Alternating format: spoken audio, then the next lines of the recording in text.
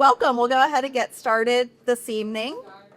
First up, we're going to have the Skyline High School indoor track and field recognition this evening.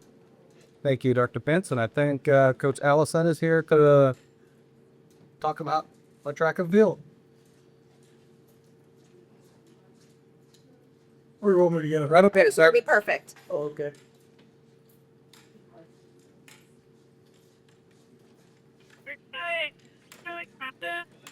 Great. Welcome. We'll go ahead and get started this evening. This winter we had a successful indoor track season with the state meet and took, I think, 8 kids with us who did well down there. I want to mention their names and what they did. Have them stand up or come up here, whatever they want to do. Come on up. The first one is Loudon Shucker, who's one of our distance runners. Loudon was finished 8th in the 1,000, which, by the way, a kid that won the 1,000 has the best time in the country winning that race. So it was a very good race. Kid from Pulaski High School. Quick. Now for dinner, won 2:36, which that is as our school record. So he set the school record. Even though I already finished 8th, he did set the school record. In the shot put, Marcus Lockhart Wright finished 16th in the shot put. In the long jump, Otter Nicole finished 14th in the long jump, but jumped 15.8, and which is really good because again it's her first year of track and she's done very well. And our 4x8 relay team of Loudon, Jason Bushraz, Aaron Romo, and Sebastian Beaker finished 9th. And again, we ran in one of the early heats and we had a real good time, probably our best time all year. We thought we were going to do very well. And all of a sudden the other teams got on the track and it was like, we're looking at them going down the track. I mean, track has gotten so good in the state of Virginia right now that it's just unbelievable. I took one of our kids up to Boston at the end of the track season, jump at a national meet, and the speed is unbelievable. I mean, team from DC, Carroll High School, won the 4x200 relay, and they were also second. A second team was second, and their first team set a national record. That's how good they were. And on top of that, their girls also won. So that's the kind of speed those schools have who we're competing against now. So it's difficult. The last person I want to spend a few seconds on is our state champion, which is always nice to have. Hassan was our state champion this year in the high jump. He jumped 6'6". He just missed 6'8", which would have been a state record. I think this spring outdoors, he's got a chance of getting that. Although I think the state record is 7 feet, and this kid jumped last year, jumped 7 feet. So that's going to be maybe more than he could jump. But if he jumps 6'8", I'll be happy. The 6'6" that he jumped was also a school record and a Warren County record for anybody in Warren County. And he also finished 8th in the 300 with a time of 35.81, which was also a school record and also the best time ever run in Warren County. So he had an outstanding track meet down at Lynchburg and Liberty College down there. I also want to thank my assistant coach, Coach Misty Border, who coached our distance runners. I don't know how she does it. I wouldn't do it. You don't see her run a whole lot of distance. She can, but I can't. Come from here, if I see it up to here was enough distance for me. I'm more a sprint coach, but believe it or not, I was a sprinter at one time. But this group performed very well. They did a good job for us this winter. It used to be called indoor track. We call it winter track, and that's what it is. We're outside no matter what the weather is. If it's 25 degrees, we're still out there running. We were out there a couple of days it snowed, a couple of days it rains, but we're out there doing it. So it's very good to have these kids doing it for us. Can we thank the support of Warren County for supporting our teams for trips down there and the equipment and everything that we have as well. Thank you all very much. Thank you. Yes, they made it a big circle. It's a good group. Yeah. You can't just write Erie, look at us. I expect your will. Goes in here.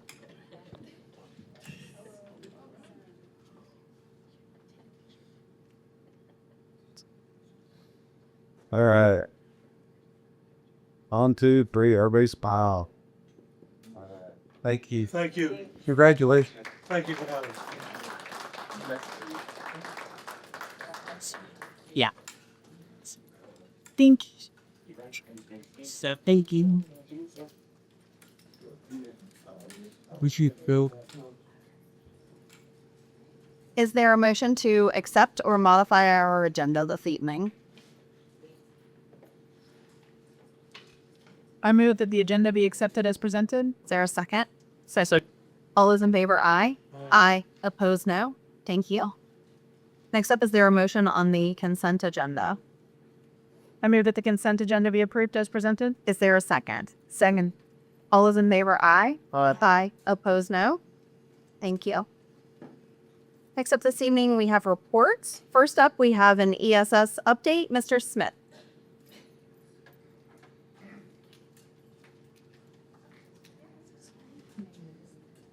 Good evening, everybody. Sorry?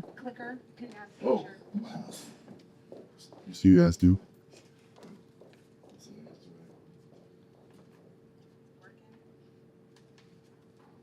No. All right, I'll still put.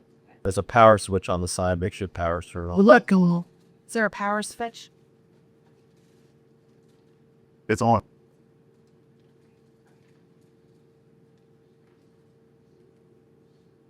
When you tell me, I'll.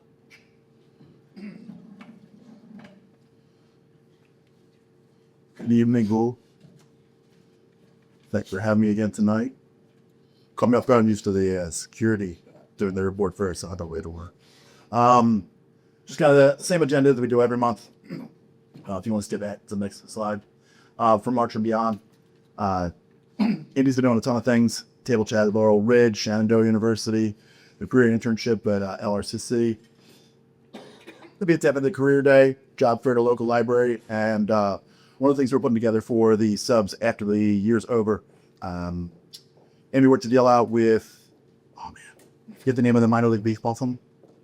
Cardinals? That's what I thought it was. Where we're going to have a day where we're going to pay for tickets for them, send them and their families, and we've worked out the Cardinals. They'll get on-field recognition. They have all of the things. So she did a great job putting that all together. And definitely a great way to appreciate and show our subs that they're valued. Skipping off to the next slide. At the bottom there, you have March. We jumped out that one more point from 79 for February back up to 80. Let's get to the next one. I should say March and fill. That's my full. District fill rate 80%. After we factor in the building SIP coverage, we're at 99%. Last month we quoted over 1,000 assignments picked up between April 1st and May 31st. We could update that to over 1,200 got, so now one picked up through the end of the school year. February snapshot again, we were at that 79%. Jump to next month. Was all the breakdown for the absences. Very standard stock, what we'd seen before. 80% was 79, 80% for the fill rate, 98% for that rate after the building subs. Into March, we jumped up to 80%. Filled 958 at 1,240 spots. It's an improvement of 2% over previous year, 78%. Jumping into the March absences to see the breakdown. Kind of the same thing. Like I said, once the building subs are factored in, we're at like a 98, 99% overall. So great coverage for the schools. And then finally, not finally, but with the cost broken down by building. Sorry, apologize. We're at that total of $798,429.15 of the current year. Leave us a little bit of breathing room for next month and end us roll into May. So let's get to the next one. This is the breakdown as far as what's left budgetarily across the schools. As you can see, some of them have, obviously with the things like the breakout, the pneumonia breakout, Vanessa Jeffries, there's some a little negative to that negative 18 compared to, say the Warren County High School, that's up, 29,000 different compared to last year. So bottom tab number there is 25,000 left over, tracking it 8% under last year. And so far, if you the final column, that 83,000, that's the difference between last year and this year so far. We'll also see you expect to see the numbers go down a little bit. We haven't factored in. I was talking with the administration today. We're going to get the long terms factored in as well. So that'll help reduce the budget down as well to see more allocation to the schools. But that's all we have right now. Were there any questions?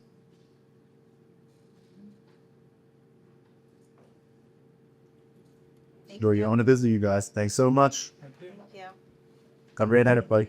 Thank you. This little thing you turn your toward you just a little so they can pick up a little bit more. Next up this evening, we have the FY 24-25 mid-year review survey report from Ms. Drake. Hello and good evening. So I was going to present this at last work session, which would have been aligned a little bit closer with mid-year, but I was at a recruiting event. So here we are in April talking about the mid-year review. So timeliness, I apologize for. Hopefully, we'll be at a career fair next time to be able to present this. So, but I do think it's really nice to highlight our survey. Are you going to click thank you? From our employees and who was able to participate. So we did have, at the time, I think over 750 full-time employees that this went out to.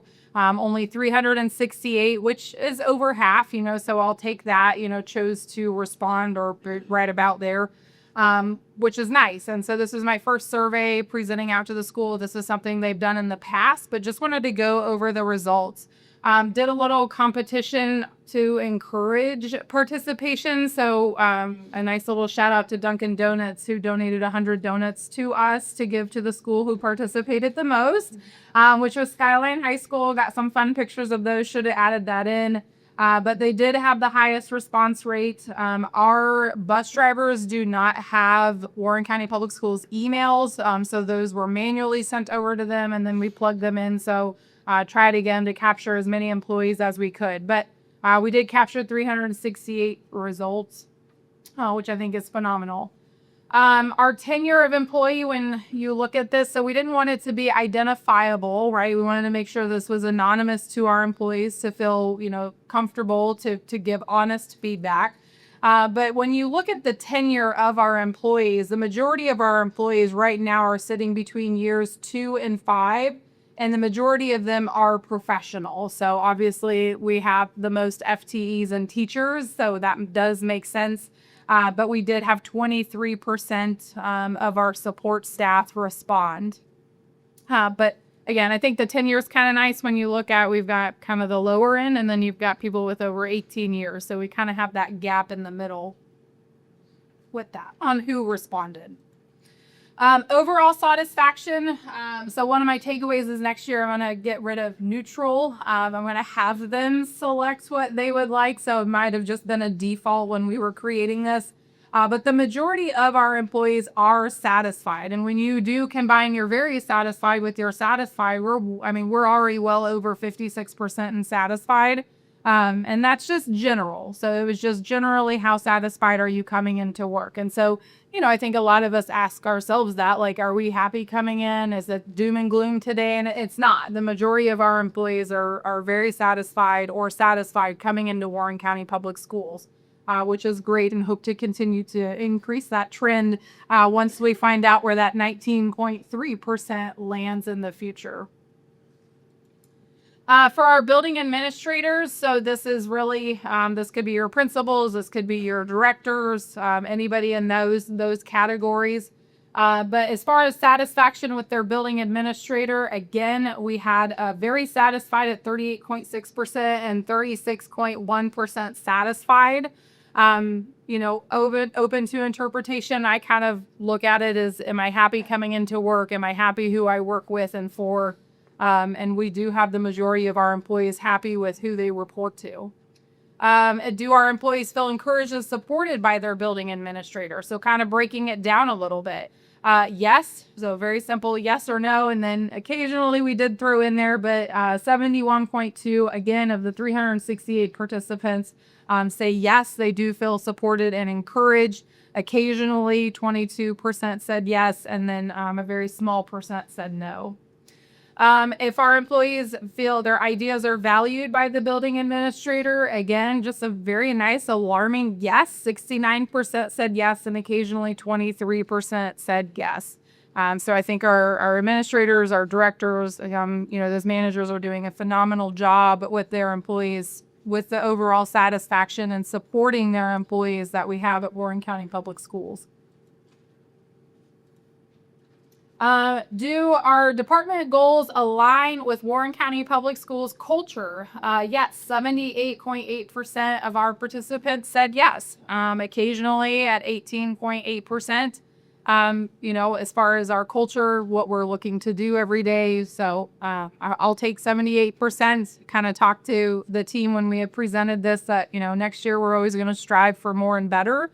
And then kind of dig a little bit deeper to see what else we can look to improve upon, or just keep doing what we're doing, because if it's working, right, don't reinvent it. For job expectations and responsibilities. So the majority, so this was kind of a two-part question, where the second part, only a few that didn't feel so far actually needed to answer it. But the majority do feel the job expectations and responsibilities are clearly communicated, but 34% said they're somewhat clear. So just kind of wanted to understand that. So if they're not clear on that, how can we better help, right, and look at that? So, we'll navigate that as we continue to move forward. But yes, 62.2%, yes, very clear. Of that 34%, the 12.7 didn't know where to go to get the answers. Again, that could just be a job description. That could be additional responsibilities. That could be, anything that really they're looking for. We have some area of opportunity there, but would like to, I'm glad that 67.3 knew where to go to get the information, even if it wasn't clear to them. But again, just kind of focusing on that smaller percentage on improving throughout the years. For training and support, so we obviously invest a lot into our employees with their training, coaching, developing. So as far as satisfaction with the quality of training and support, quality does matter. Very satisfied and satisfied. We're well over the 60% margin there. Again, I'm a little disappointed I added neutral, because I would love to know where those 24% fall. But still, having over the majority, over 60% of our employees feel that the quality of what we're doing is beneficial is good to see. Satisfaction with the amount of training and support that they received. Again, we're over 50% between satisfied and very satisfied. Again, that 27% would like to know where they fall. So next year we'll have a better idea. But if we're needing more training, more development, I would always encourage employees to reach out to their building administrator to say what that is, so we can locally get them the tools and resources needed. Or maybe it's one of those, I don't know where to go for the information, let's help them find it. But again, 50%. So yeah, we spend a pretty good time on the amount of training and support we have.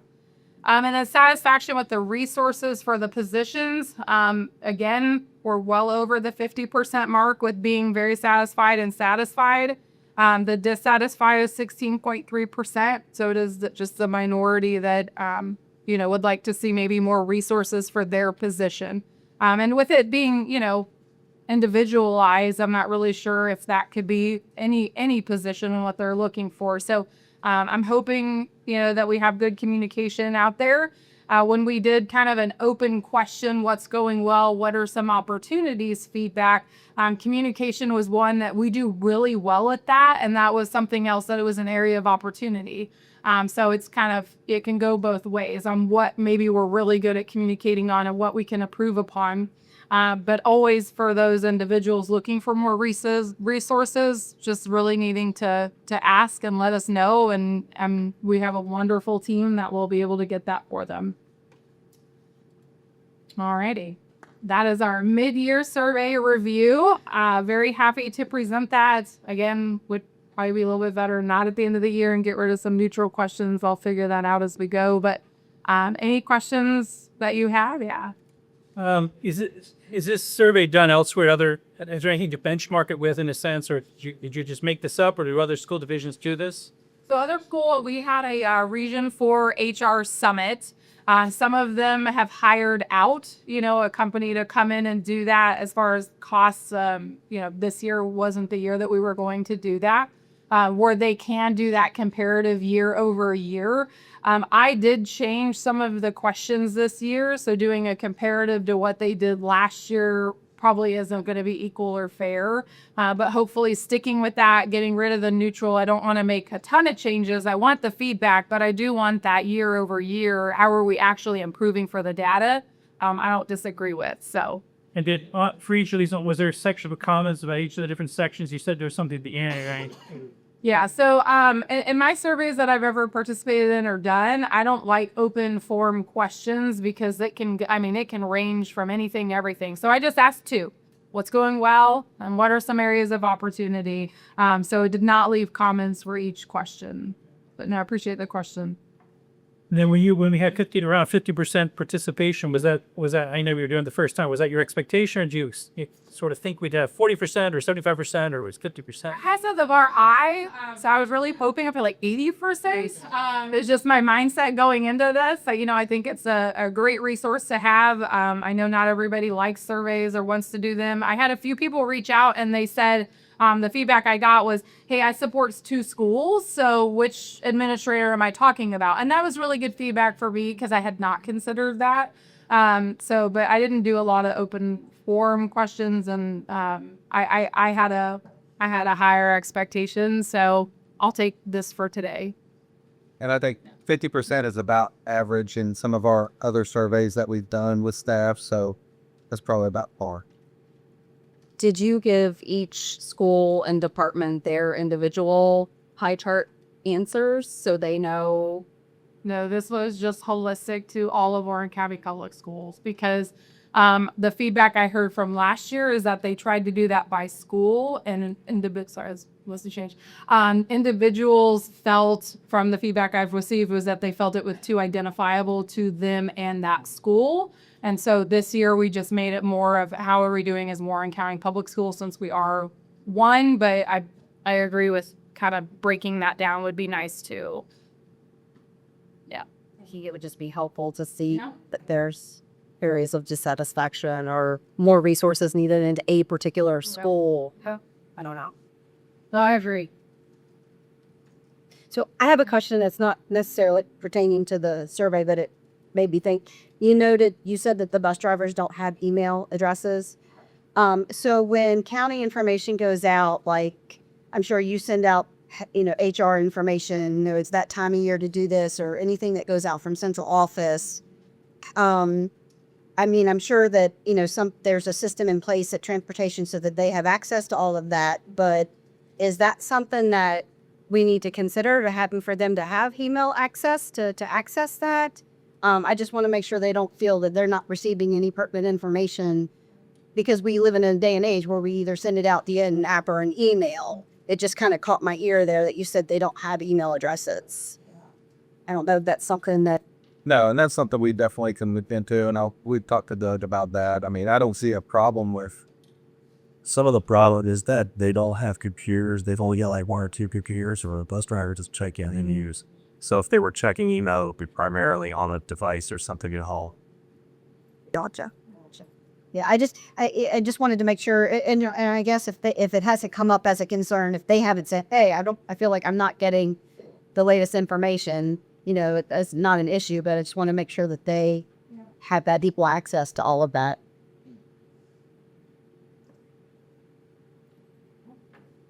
Yeah. Let's go for 80 next year. 8%. That's right. I got it. Page it. Next up this evening, we have our local wellness policy draft. Ms. Barraza.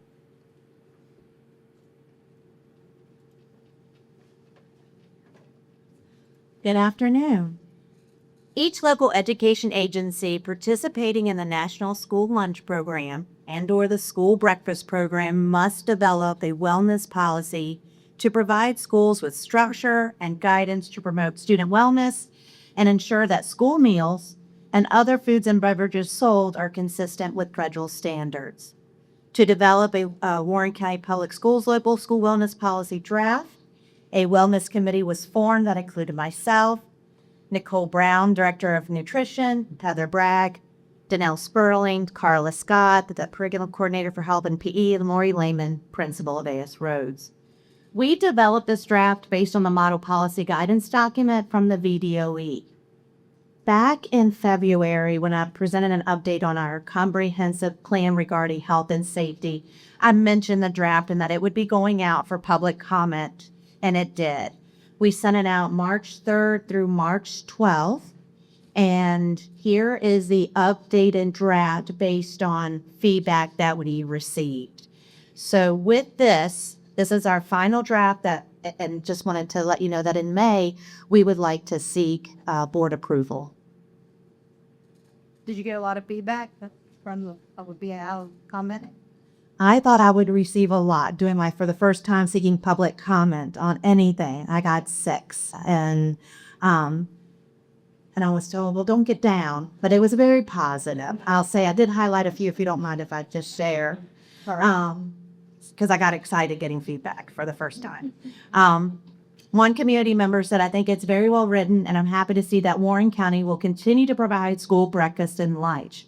I know a lot of kids rely on schools to provide foods, sometimes the only food that they'll eat during the day. So thank you for your continuation of the vital program for our community. Another member expressed that they're very impressed with the nutrition program. I find it thoughtful and thorough. The students are very fortunate to be in a school that cares so much. We had another individual say, I would like WCPS to continue to offer as little heavily processed foods as possible, and I think we should try to do business with some local beef and poultry farms if possible. And thank you, Ms. Brown, and to her department. We added some more information into this draft document because we're doing those things, and I think it's important that we highlight that in this document. Another feedback we got that we received, thank you for the opportunity for us to provide input to the policies of our schools. I appreciate that sodiums, trans fats, and whole grains are taken into account when considering student meals. However, I think that the amount of sugar in meals should be considered. Great point. Thank you, Mrs. Brown and her department. It is considered, so let's highlight that. So we're very proud of this document. And again, you'll see it again in May as we seek some approval. We seek your approval.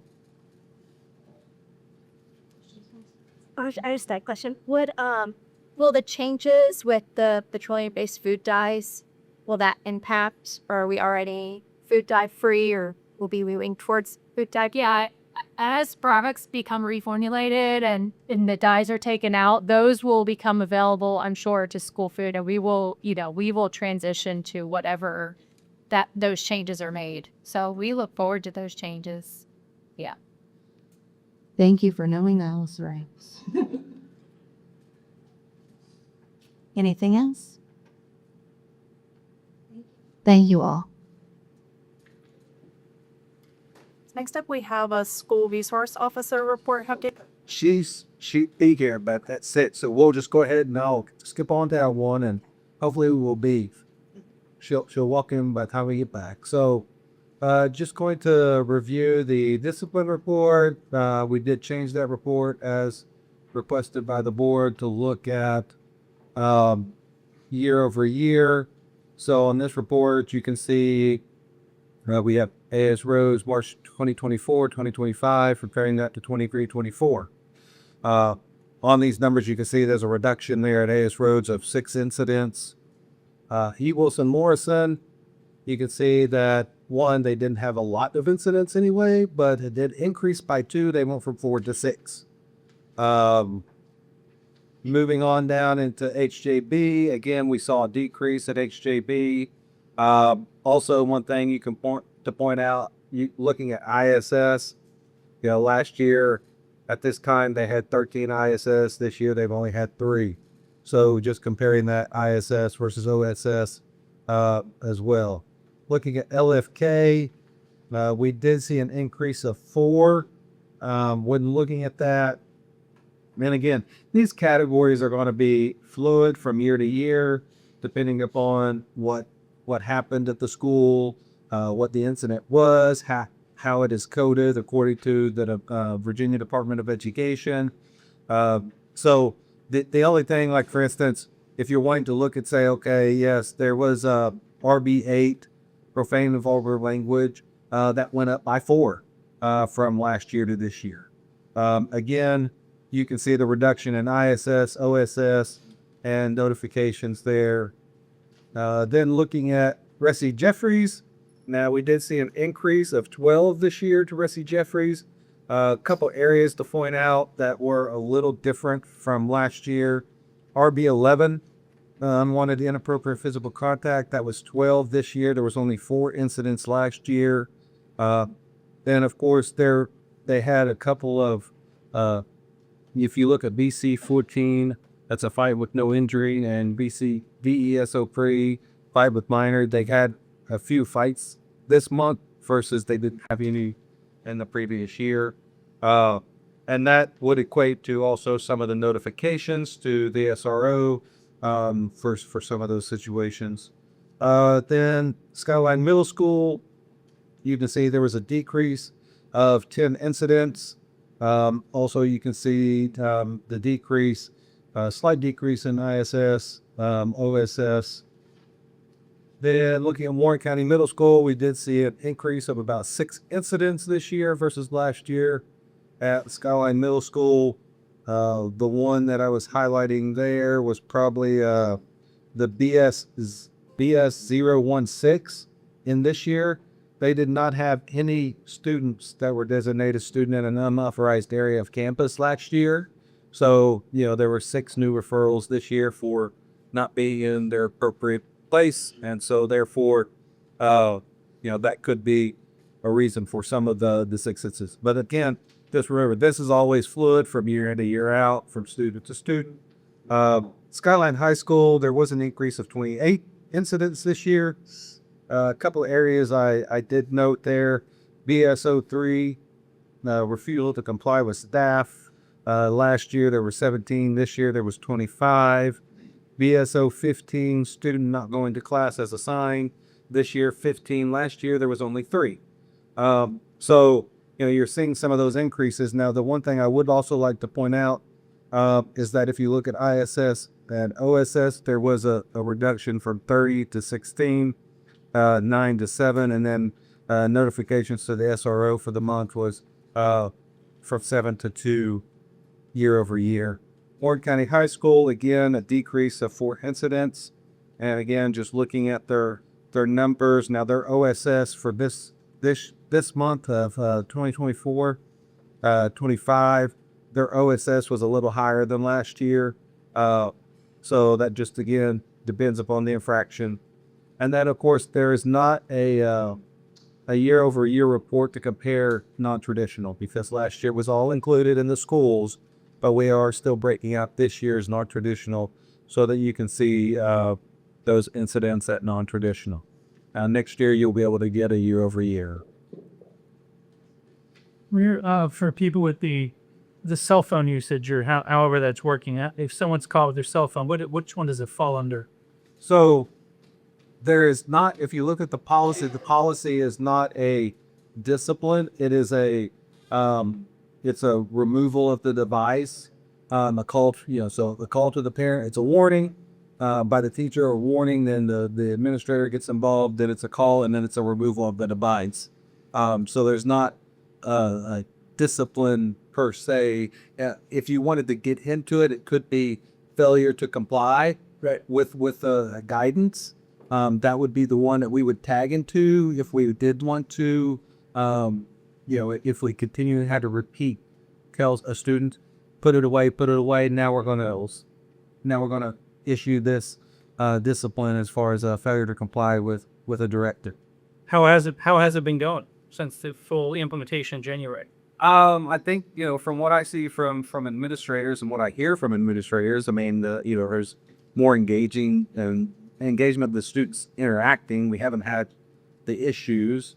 I think they're still trying to police some things. Students will try to pop up their hoodie and they got their earbud in and, walking down the hall. And so you have to have them take their hoodie off and then tell them to remove their earbud because they're listening to music, which you're not supposed to be doing. And so, it's catching all of those things that students, they try to get around things. And so it's just administrators staying on top of that. But you are seeing students adhere more to, the cell phone policies. Now, is there room to crack down on it a little more? Yes, there is. And, should we consider, more of a first offense, second offense, third offense type thing? That is something I was going to talk to administrators over the summer to kind of see what their thoughts were after implementing this for a little bit, to see if we need to stick with our current method or if adding some offenses in there, first maybe a in-school suspension for 1 day, the next 3 day, the next then it moves to out-of-school suspension. If we need to add anything like that. So I plan on talking to administrators over the summer to get their feedback on that. Thank you. There questions on the discipline report? Okay, we're going to go back up to the school resource officer report and update keys. Hello, sorry about the delay. I had my schedules mixed up. Let me pull this up. Oh, he's got it pulled up here for me. So first I want to start off saying, it looks like a higher number of increase in March. It was, but it was our first full month back to school, with not all the absences that we had seen throughout December, January, February. So it looks a little high, but that's because we were back the full month of March. Most of those incidents involved assaults or fights, essentially. We had a couple of informationals at our elementary schools, but overall the majority of them were just fights. I believe out of most of them, I don't believe there were any charges filed. It was more mutual combat kind of ordeals, so nothing major of that. So I've kind of like what you've been doing, I've been putting together the data from last January to this January, because that's when I fully started taking over and kind of matching the data. So by next month, you'll see I'm going to do a January to May 2024-25 comparison to kind of see where we were at. And I think you will see decreases. A lot of those decreases is going to be because we're not doing vapes, right? We're not seeing those. We haven't had a lot of even the THC vapes that we've been seeing. There's been a decrease from last year to this year. So I'll be able to pull some of that data. It's just going to be January to May versus the entire school year. But in the future, I hope next school year, I'll be able to do a month-to-month, year-by-year comparison so that we can really see where we're at, what's trending, and kind of hone in better on that. We did just finish Dare Up. We didn't get to do our actual Dare Day because of the rain and the weather. We didn't want to have the kids out there in the 30-degree weather. So what we actually did was we did mock Dare Days at each of the individual schools. So we've already did AS Roads and LFK. We took everything to them. So we rotated each station that they would have gotten to go to at the actual Dare Day, and we just made it a little bit more personable for each class. And I actually think it worked out better because the kids got to spend a lot more time with fire and rescue, and they got to do some crawling in the ground scenarios with fire and rescue because it was a lot smaller and more detailed. So each group ended up spending about an hour and a half with each grade or each school. So like even our SOT SWAT team, the kids would come, run by, check out everything, and they'd be gone. They were there for almost 2 hours just because the kids were just so excited and wanted to try on things. So it really gave a personal touch versus trying to have all 400 of them at once. So I think that was really good. We're set to do Rusty Jeffries on May 19th. So even though it got rained out, we're trying to kind of navigate the waters to make sure the kids still get their day. I did just announce the Dare Day essay and poster winners. So the principals were able to get that today. And we were going to be hosting a day at the sheriff's office on May 7th for our essay and poster winners to tour the sheriff's office, kind of get to see a little hands-on things, and we're going to do a pizza party and give them their awards that night so that they still get honored with the other schools so that everybody can be together for that. And then the last update, I sent emails out to all the administrators today, is Warwick County Sheriff's Office is having, in partnership with the National Wildlife Turkey Federation and Game and Inland Fisheries, Saturday is going to be Cops and Bobbers down at Ben Crosby Stadium. Lines go in at 7:30. There will be prizes and things like that, the biggest fish, and they're going to stuff the creek the night before. So we're hoping to get as many kids out there and to fish as we can and have a great day. So that's all I have. Any questions for me?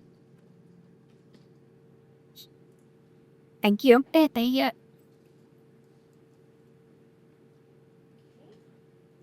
Next up, we're going to move into our action agenda this evening. First up is going to be the approval of the local plan for career and technical education, Perkins FY26 funding. And is there anyone here besides Mr. Gregg who would like to speak on this? Nope, you're good. I think you're good, Mr. Gregg. And I know you're trying to wrap both your items together, correct? That would be wonderful. Yes, my daughter has her last choral performance at 5th grade, so I'm in the doghouse in the mood for being here today. But yes, I'm presenting our application for the 25-26 school year for Ferguson's funding. For the record, Ferguson's funding comes from a federal grant, so these aren't local tax dollars, but they are really important to our county CTE programming. This covers cost at not just the Blue Ridge Tech Center, but also both of our middle schools and our high schools. So it's everything from equipment purchases to testing, professional development for teachers, just a lot of routine costs. So the state asks us to use this year's award amount and basically propose how we would spend it next year using that same amount. We'll find out typically in July what the actual award amount is, and then I'll go back and amend this to reflect those actual numbers. But it's been pretty close the last 2 years. For reference, there is a trending decrease from year to year the last 3 years. 22-23, we had about $130,000 awarded to us. 23-24 was about 105. This year we were at 99.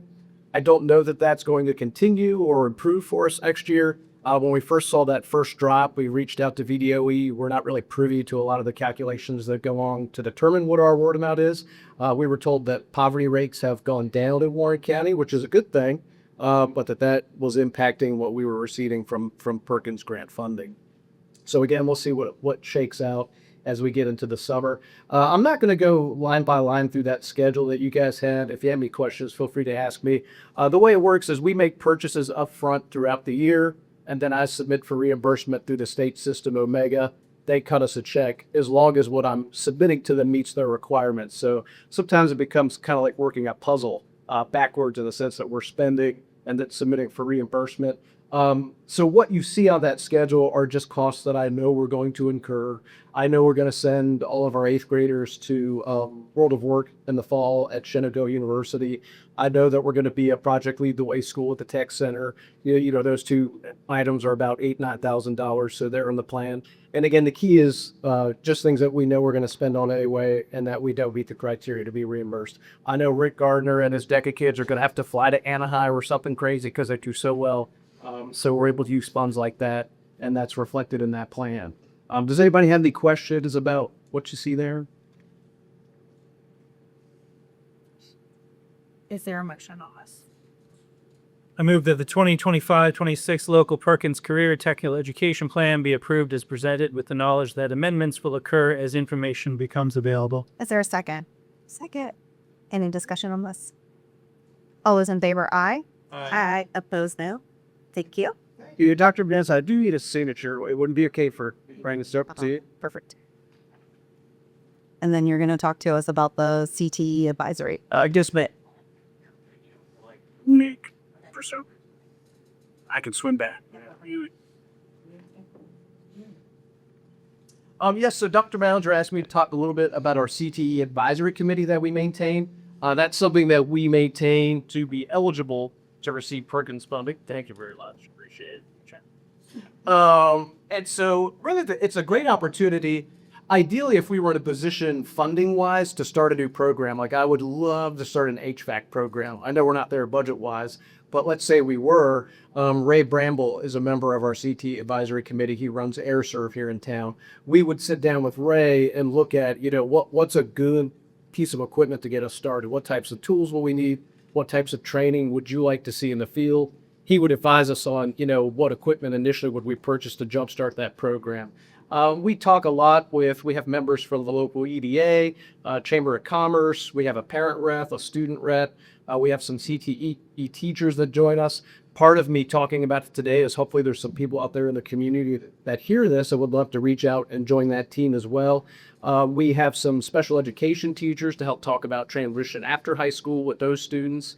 And it really, again, if we were starting a new program, they could help us figure out what do we need to get it off the ground. They could also look at what we currently offer. Are we competitive in terms of, or maybe comparable is the word I should use, is the equipment, the tools, the training that we're providing students, is it actually preparing them for what they're going to see in the field? And then informally, what comes out of that team, we always feed any members. So if anybody's watching this thinking maybe I should look into it, our culinary kids typically provide a meal, so that's really cool. Community members get to come out and enjoy that, and our students love that. But there's some informal growth. So maybe through a conversation we're having, we learn about some soft skill gaps that employers are seeing. We talked about cell phones earlier. A lot of the folks that we talk to in those meetings say, if I had employees that do to stay off their cell phones while they're dealing with clients, that would be great. And we kind of filter that into our informal conversations with kids about soft skills. Also, some internship opportunities have come out, some job shadow opportunities or things like classroom visits, just kind of grow organically out of the conversations we have with that team. So again, if anybody hears this, if you're an employer in town, if you run a business, just an interested community member, we've had participation from the Warren Coalition. Anybody who has a vested interest in our kids and thinks they could contribute to that is more than welcome to give me a call. I'd be happy to talk to you, answer any questions, and if you'd like to come to a meeting, we'll at least feed you a good meal. So any questions about that? When do they meet, could you say? We shoot for twice a year. Our last meeting was in February. It can be kind of tough to get everybody together because, everybody's working and has different schedules. We've tried after school hours. We've tried during the daytime, but we typically get a pretty well-rounded group of folks who sit down and talk. Are there any particular industries? I know you're welcome to other people to kind of raise their hand and product. Anyone you're particularly looking for in the industry? I am more than happy to have anybody, but anything that aligns well to our current programming. So carpentry, electricity, welding, automotive, culinary. We've actually been struggling to find a culinary representative for the team. So anybody who maybe runs a restaurant in town, that would be great. But again, we're happy to have anybody who's interested, who can come contribute some ideas. It's all about just opportunities for kids. Thank you. What is it going to take? What do we need to get the HVAC program up and running? It would take funding. I mean, we would need a new teacher. So, there's salary cost and benefits cost. And then, we need space. Our building's pretty much at capacity at this point if we're going to be able to offer it to both high schools. And then there'd be some significant equipment at the beginning of that we would have to purchase. Equipment in particular is becoming complicated for us. There's also some state money that we apply for and receive. There's 5 state entitlement grants that we get. 3 of them cover credential testing. 2 of them can be used for equipment purchases. There's a local maintenance of effort, though, that we have to meet. So between Perkins reimbursements for equipment and this about $15,000 to $16,000 that we get from the state, it can be very difficult to be able to also purchase $4,500, which is ballpark our local requirement of equipment. And so if we're not hitting that, we get to a point where we probably have to start leaving some of those state entitlement funds on the table. I'm kind of looking at that right now this year. I think we'll make it. The challenge is the rising cost of consumable materials, which comes out of that same fund. I mean, the cost of sheet of steel for welding, groceries in particular are insane for our culinary program. We budget $6,000 for the year for that class.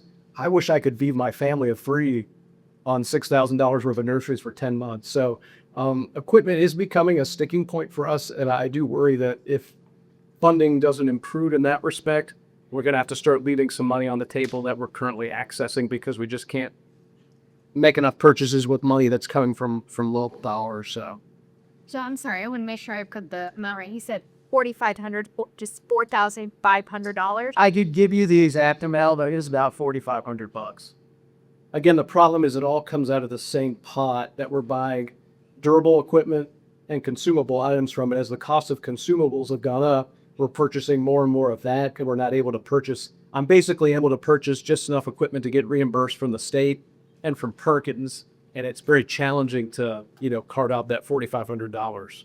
We'll hit it this year, but I do worry going forward how that's going to look. And then would your facility be the location where there was talk about the ROTC? Would that be something that would be in the schools, or would that be in a Blue Ridge Tech type? IMU offer service CTE classes at each high school. I'm a big proponent of I'd like to see it available to kids at both high schools. So again, it's a space issue there. I do have one common meeting space that we use for staff meetings that could conceivably, with some work, be turned into a classroom, depending on what type of classroom. If it was going to be an HVAC lab, for example, we'd have to get rid of some carpeting and do some things with ventilation that would cost some money. Something that wouldn't require that, we could probably flip it over at the loss of a place to have meetings and that sort of thing, but I'd rather have classroom space. And then with the drain woolly industry back home, is there any hope or plan to do any type of training for those types of productions, especially if there's grant money that becomes available? Computer chip manufacturing, things of that nature that would talk about bringing everything back home to the United States. So like mechatronics, I was really interested in that, the idea of like people that work on these robotic arms. The closest overlap we have with that would be our Project Leap the Way engineering class.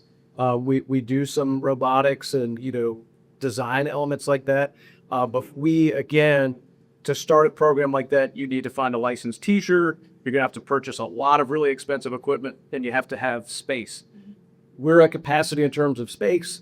And my understanding when I hear about the budget is there's just not a whole lot of room for additional staff at this point. So, Any additional questions for Mr. Rick? well, I appreciate it.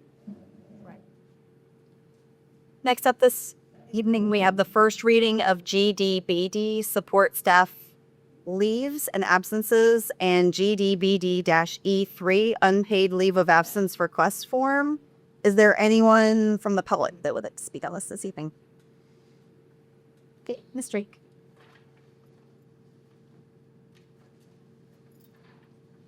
All right. Good evening again. This is just the first reading, but I just kind of wanted to give an overview on why I'm looking to ask the board to approve to update this. So right now, if you look at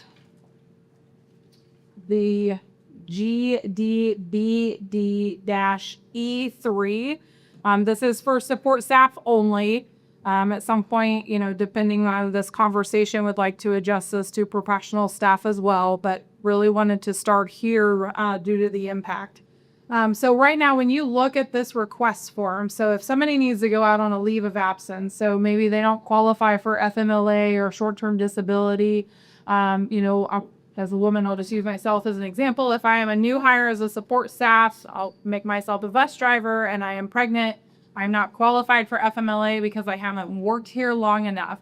And so I would be asking like, hey, I would like to retain my position. However, I would need approval for that leave of absence form. So right now, if you look at our current form, a physician has to fill that out and say that it's okay for them to be out.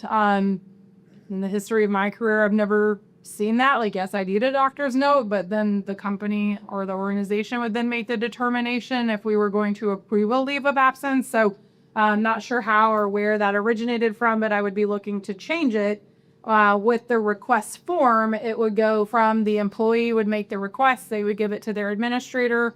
One of the effects of approving this is that you are holding that position like FMLA similar, and you have to get to be okay with that person being out for up to 12 weeks, whatever they're requesting, for them to be able to come back in that same position or that similar position, not affecting their pay or hours, things of that nature. So I'd like to change the request form. Again, we're going from employee to administrator to human resources to review and approve, which then would mean I would have to change the policy along with that. So GDBD, that top, I'm sorry, Sarah. I'm good. Okay. That's right. The very top paragraph is what's actually only listed in the policy. So everything from unpaid personal leave of absence policy down is new on what would be added. So a lot of this just really covers the responsibility. So if I were to approve somebody to go out on a leave of absence, you have to exhaust all of your leave first before you can go unpaid. And if at that point you go unpaid and you take benefits with us, like you are still obligated to pay your portion of those benefits. So it's really covering that. It gives some time frames so that way we can prepare for you to go out, prepare for you to return, and things of that nature. So again, a leave of absence doesn't just have to be for medical needs. It could be a loss of a loved one and needing some additional time to be with them or take care of those things just because, again, they wouldn't qualify for FMLA or short-term disability, things of that nature. So I would be the first reading, but happy to answer any questions or make notes of anything that you've seen so far. So you're basically taking out the requirement of a doctor's note from that leave of absence. I'm looking to take out that the physician approves the leave of absence form. We would still require if somebody goes out for like a medical that they still have to have a medical note clearing them full duty to come back to work. Yes. Did you model this policy on some other district's policy? Society of Human Resources Management. That's where It sounded important. That's good. I remember that this is very similar to organizations I've worked in before. And that's why I chuckle that I've never seen a doctor say, yes, you can go out on a leave of absence. Like that should be up to the superintendent ultimately to say, yes, we can have you go out or not. So, but this is very common in other industries. Have we thought about how this might affect our sub budget? It could impact that if they've hit their 1,250 hours or their year with us, they would qualify for FMLA anyways or potentially short term. So I think it could be a risk, but I think if they've been here and they qualify for it anyways, then we don't legally have a choice. So I think it's just trying to take care of the employees and offering it to them, but it could have an impact. When I first read this, hearing you explain it is certainly helpful that this is just extending FMLA to people who have not yet qualified for it for duration purposes. But when I first read it, my concern is I don't want people to think, oh, I can just go on sabbatical. And I don't know if there's any possible way to add verbiage in here about how the expectation is still that you should be meeting the requirements or the specific instances that FMLA would be intended for, that this is not, hey, I just need a break from adulting for a while and let us pay for the sub bill while you're gone. Right. Let's see if I can find something similar. It is kind of broken down in here. I do relate it to FMLA and the Americans Disability Act. So I have that reference in here, not maybe as clear as maybe what you're looking for. So let me see if I can find some type of verbiage to say this is kind of an extension of. I'll look into that. Okay. Thanks. Any other questions from a straight this evening?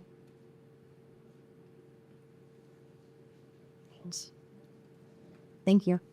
Next up this evening, we have the first reading of GCCB, Employment of Family Members, GCBA, Leave Without Pay, GCBI, Civic Duties. Is there anyone before Dr. Costner who would like to speak on this evening? Okay. Good evening, Madam Chair, board members. As you know, our school board subcommittee on policies has been meeting, and there have been different policies that have been reviewed and submitted. We do have 3 policies that have been reviewed and are submitted for the first reading. Just to let you know, with these policies, when you look at them, GCCB and also GCBEA, there are no actual changes that were made recommendations for this first reading. And then on policy GCBI, There was one sentence that was added under paragraph 2, where it says employees shall not be required to use sick leave or vacation leave to fulfill jury duty, or if they have been subpoenaed to appear in court for job-related legal transactions. So that is something that was added to the that policy. So I bring forth these 3 policies for you. Again, this is the first reading, but if you see anything that you would like to have added or deleted, I'll be glad to look into that for you. Just since that statement was added that they are not required to use sick leave or vacation leave, is there an option, if a a staff member is in that position when they need to put in their leave, do they have another option to mark their Over. whatever? Ours. I'll check into that, look and see. I don't know if there may be an other or something that's there. I was thinking there's other. Okay. Oh, excuse me. Mr. Reggie's behind me. I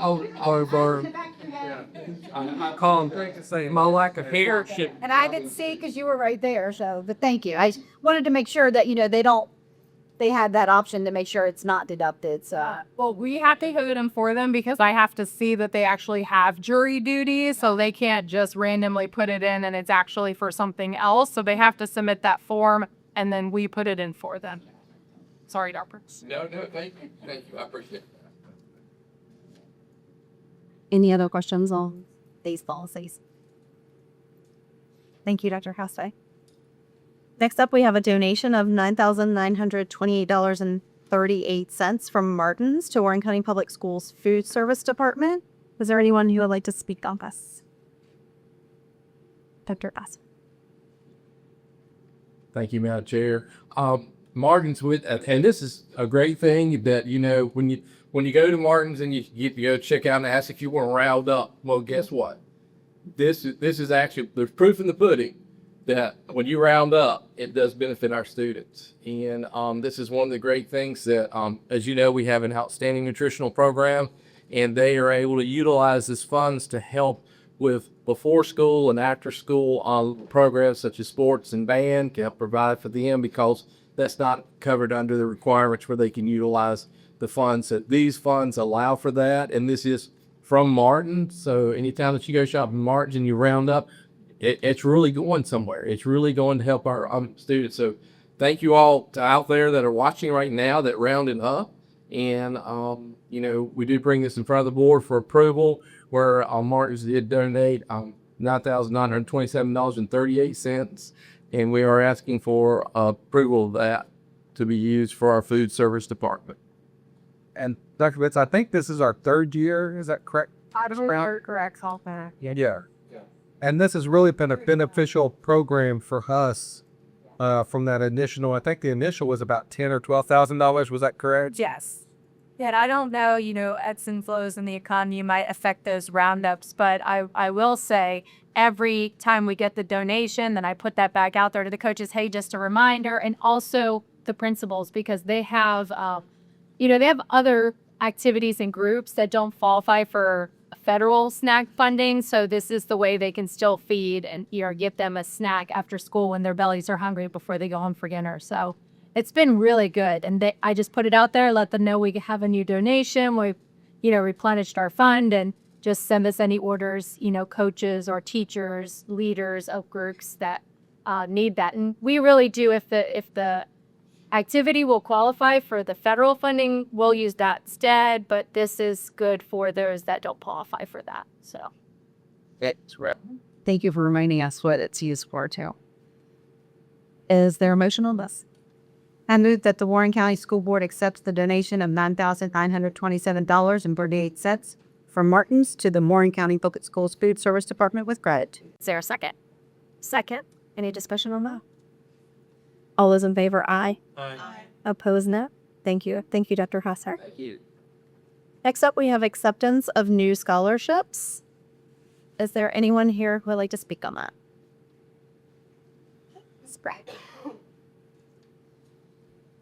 The following new scholarship opportunities for the class of 2025 are presented to the board for your approval.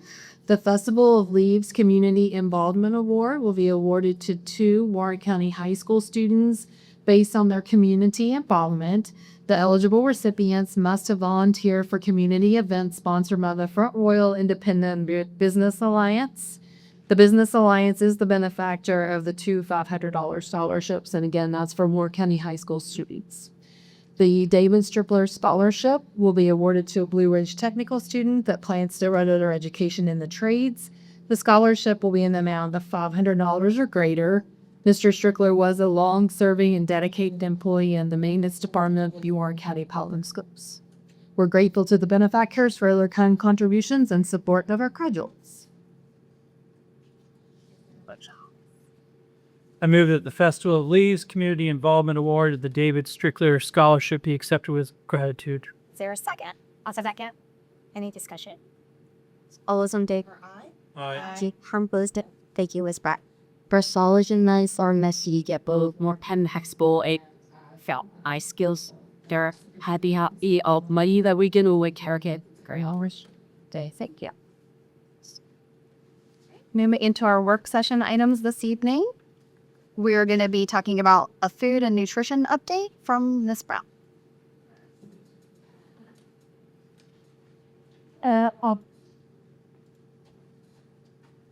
Right.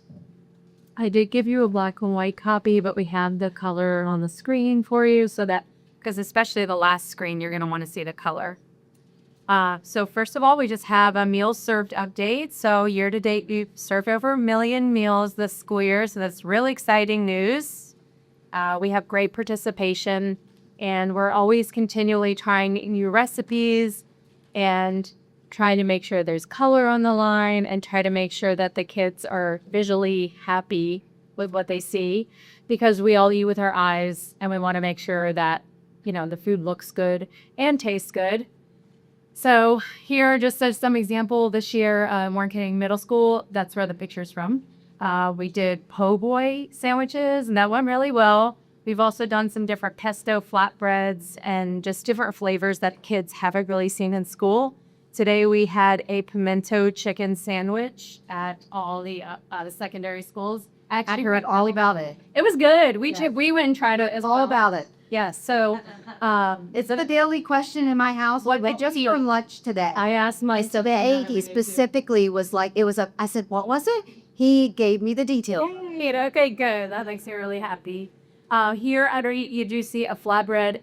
Sometimes we serve them open so the kids can see what's inside, but depending on the volume of the school or the capacity on the line, they'll have to be open. So this was the not pimento, that was today. This was the pesto chicken flatbread. No, this was the tzatziki sauce. So this was a shawarma. So we have tzatziki sauce homemade, which they homemade with the cucumbers and the Greek yogurt and everything, and then the tomato topping. And that one was hit or miss at the schools. It depended on the level of the school.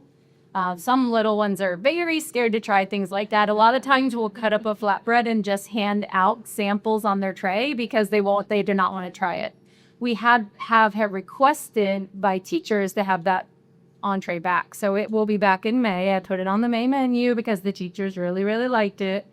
And so of course we have our fail-proof corn dogs right there. Don't think we don't serve those types of things too. We definitely do. But so we're doing really well financially this year as well. That's the CEP program really does technically break even, maybe a little bit over our threshold, but that summer feeding that we do is what really keeps our fund healthy. So we're doing well financially as well. And we will do summer feeding again this year.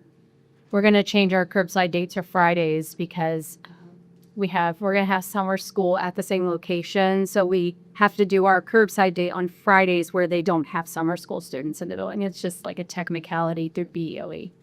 So if you want to go to the next slide. This is my amazing Sodexo dietitian named Alex Ryder. She actually lives in Colonial Beach, but she helps me a lot with those, sodium and sugar and all of the things we were talking about, the wellness policy. She handles 4 of our Sodexo school districts in Virginia. So I go to her pretty much on a daily basis. She's also helping me with the federal audit right now. Just make sure we have the right recipes and we're showing the right ingredients that we're using so we can show VDOE that we are serving the students what we say we're serving. But she is now doing a tour. We're going to start at the elementary level to see how it goes. We started at AS Rhodes because it's our smallest school. We were a little nervous about starting this tour, but we sampled a watermelon salad. So it had feta cheese and it had cucumbers and watermelon and basil. And I thought the kids were going to hate it, but they really liked it. And a lot of, we gave them a little, I don't know if you can see it from right here. We gave them a chance to vote if they would like to see it on the menu. And we only had 3 frowny faces. So we were really happy with that. We thought it was a fun way to get feedback from the kids and make it feel like, something special. She comes to E. Wilson on May 7th. So we'll probably then start again at the beginning of next school year with the other 3 elementary schools. And she does live far away. So I'm trying to just bring her here once a month to get her in the schools. Another thing that we did, I didn't put in this presentation, we surveyed the high school students so far, and we're planning to survey the middle school next. We just handed out paper surveys. We find that the kids do not answer electronic surveys very well. So we tried electronic surveys for 2 school years. They just weren't great. And so we just did paper surveys for the high schools. We're going through them now to see, what do they want to see on the menu? What do they like? What do they not like? And we got a lot of really pretty pictures and hearts and thank yous and stuff, which was really nice. But we did get some good feedback on menu items they want to see. So I do like getting that from the kids. And I like to hear what they're interested in, because otherwise we're not going to really know. We're just kind of shooting off at the hip, like what do we feed them that they really want? We have gotten a lot of feedback that this year they're really into Chinese food. So especially at the secondary school. So we're doing Chinese on Fridays every week. And they really love that. So that's some feedback we took from last year into this year. It's going really well. So if you want to skip to the next slide. But we did have our feature chefs. I don't know if you all talked about that at the last meeting. So thank you for judging. This is Camden Ferguson, and she won first place with her orange chicken tacos. They're super easy to make, and they were very tasty. So she walked away with a nice prize. And I did submit her recipe into the national competition. We had last year's national winner. I don't know if that would happen again. I was so excited over that. But we did submit it. So if anything further happens with Sodexo, I'll definitely let you know about that. And last but not least, over spring break, I had some painters come in and redo the entire bulkhead at Skyline High School. I actually had it painted 2 years ago. It was a dark green, and I just had them paint it again dark green because there was just a lot of chipping. But I didn't like it. I didn't think it looked bright in there. I thought that, it needed some life. And so I did a lot of research on bulkheads. Who has to do that? I don't know. Me. And so we painted the bottom and the back white, and then we painted the front the canary gold or whatever the color. I'm not exactly sure the name of the color. The goldenrod. So we matched the serving line of watch. It just looks really, really nice, brightens the space up. And we hung up some moose signs. We also ordered this really cool signs up here from Hannah Signs in town. Hannah Signs, is that correct? Shay Parker? Yes, okay. And he made that sign for us. So it's really pretty. We just had a blank wall there. It looks really nice. And we have a little bit of LED out on this one line, but it just came. So I'm going to replace that probably tomorrow. So we have the nice LEDs underneath. The kids were really excited when they came back from spring break and saw that yellow. So I was there rehanging all the signs and everything. But it really looks super nice. If you get a chance to go by Skyline High School and now to look at it, it looks really great. So I think that's it for me. We're doing great staffing-wise this year. We haven't been short-staffed. I mean, we've had a little tiny bit of turnover just with some part-time positions, but we've had a wonderful year. The staff seem really, really happy, and we have great teams at every school. We work through our issues. We had a Facebook issue a couple weeks ago, but we worked through that. We're working with the team, and everybody's taken the feedback really well. And constructive criticism that I had from, the Facebook posting. And, I won't comment, but I went through every single comment and we addressed every single thing as a team. And we really take that stuff seriously. We don't want to see that. We want to have a good name for school food service because we try really hard to make these food's very good for our school district. So That's it. any questions for me? Were you able to meet most people's food allergies? Whatever, there's a lot of them. Yes. A lot of times people do choose the pack. They really do. Parents like to have control of that. But yes, when a parent reaches out to us, we do everything we can to work with the allergy that the child has. Thankfully, we don't have a ton here, but we do work around their allergies as best as we can. I haven't had a parent that's reached out to me that we weren't able to find a solution for their child. Yeah. And that's typically one of those Dr. B 504 accommodation. Correct. So we're required to make the accommodation. Well, and I'll say firsthand, where we did the COVID food, my children are WIC free, and they did such a great job. Summer, we will still accommodate. So we have a couple peanut-free bags. We had that actually for Dr. Funk as well when her other son was here. But we do have a couple peanut-free and a couple gluten-free for summer feeding even as well. And we just separate those bags and we mark them and we make sure that they're available when that parent, or guardian comes to the pickup line. So thank you. I just wanted to say thank you for your responsiveness when I reached out about the Facebook. If you were on top with that, I really appreciate that. Thank you. Yeah, and my district manager came in because I don't like stuff like that.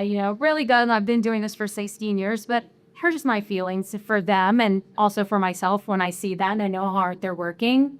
And, as you said, not every kitchen's perfect. And, we're feeding hundreds of kids every 15 minutes. They're coming through lines of, I don't think sometimes school realize the volume and how crazy it can get. And, they really are just humans too. So we just want to make sure, that they get the training they need. So my district manager came in, we did a micro in-service with the team, and we just, made them feel supported. Like, we're here. What can we do for you? Is there something we can make better for you? I just think sometimes there's a little, hiccup there anyway, no matter what you do, no matter how hard you're working. So yeah, thank you.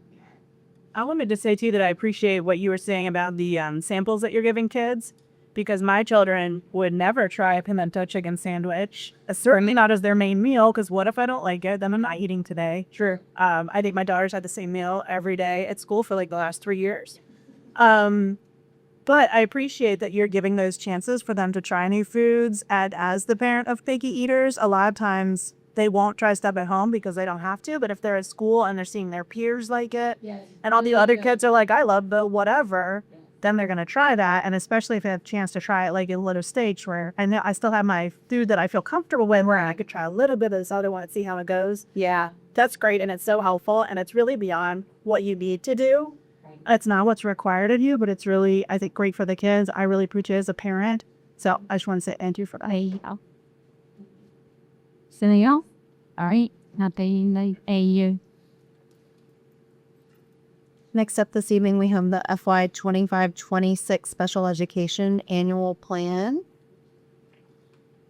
Is there anyone who would like to go? I was bad on the agenda and still thought this. We're still at work session. I would tag in times.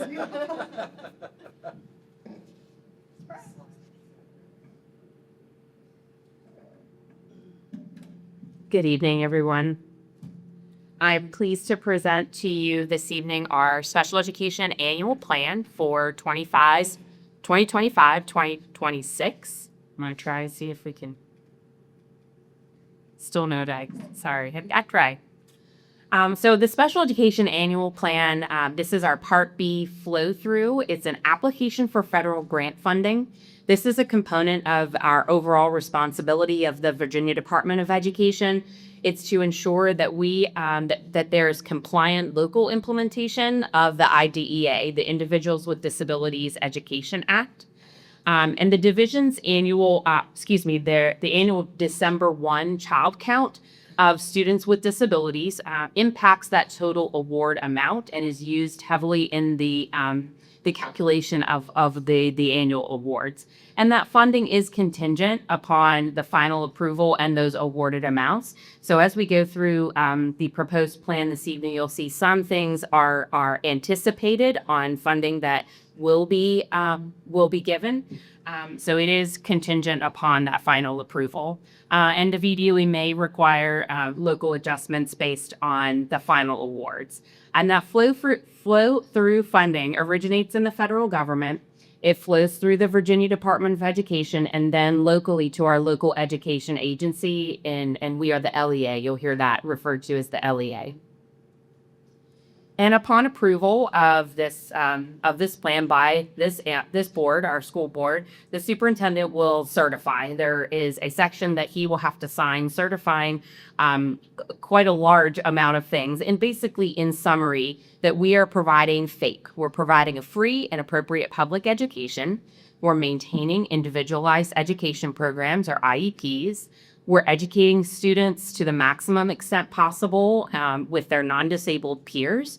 We're developing policies and procedures that prevent the over-identification of individuals with disabilities, the under-identification of individuals with disabilities, as well as disproportionate representation by race or ethnicity of students with disabilities.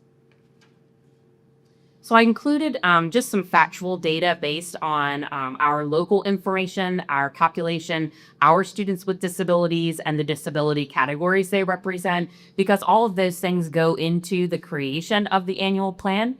So the next few slides are for that purpose. This details the total WCPS enrollment. The dark blue line is our total enrollment, and the lighter blue line at the bottom represents the students with disabilities in Warren County Public Schools. And you will see over the last several years from 2019 to the present, we've hovered pretty steadily around the 13% mark. And digging a little bit deeper, further disaggregating that data, we currently have 654 students with disabilities, and these are the disability categories that those students represent.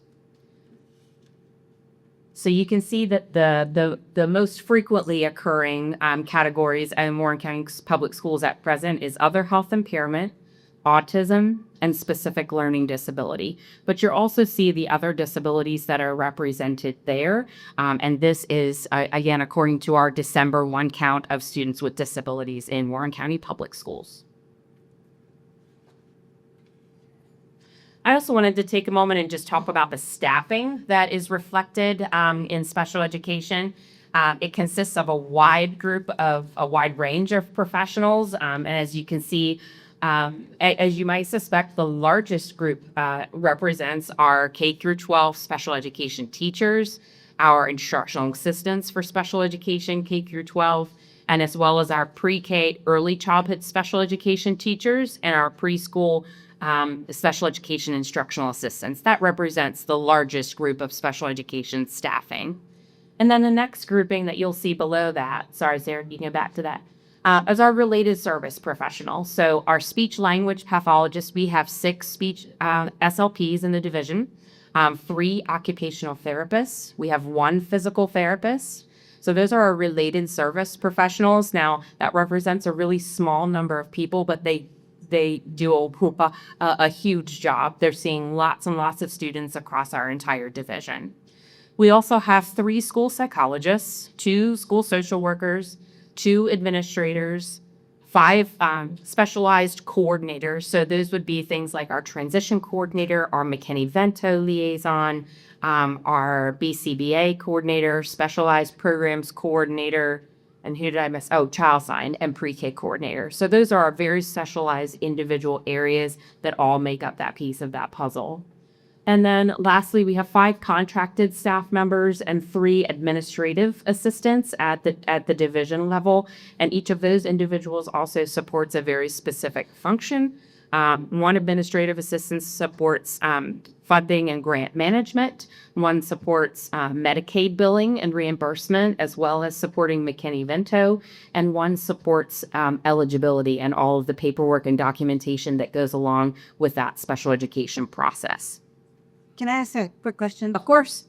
So I know on the staffing and the contracted staff, would it be safe to assume, because we do have students that have a hearing impairment or visual impairment, would it be safe to assume that some of those contracted staff are the specialists that service those students? Yes, ma'am. So those are very unique services that are to be provided and would not necessarily represent a full-time Warren County Public Schools position. So there's 5 contracted positions. We have 2 teachers of the visually impaired remote, 1 educational interpreter sub for when our interpreter is out. That's a very specialized position with sign language interpretation. 1 orientation and mobility specialist, and then 1 assistive technology specialist, which would be remote as well. I asked a question. Certainly. On the previous page, the 654 students with disabilities, is that including 504s and the IEPs, or? No, yeah. This is only for students with disabilities under IDEA, which that represents that number.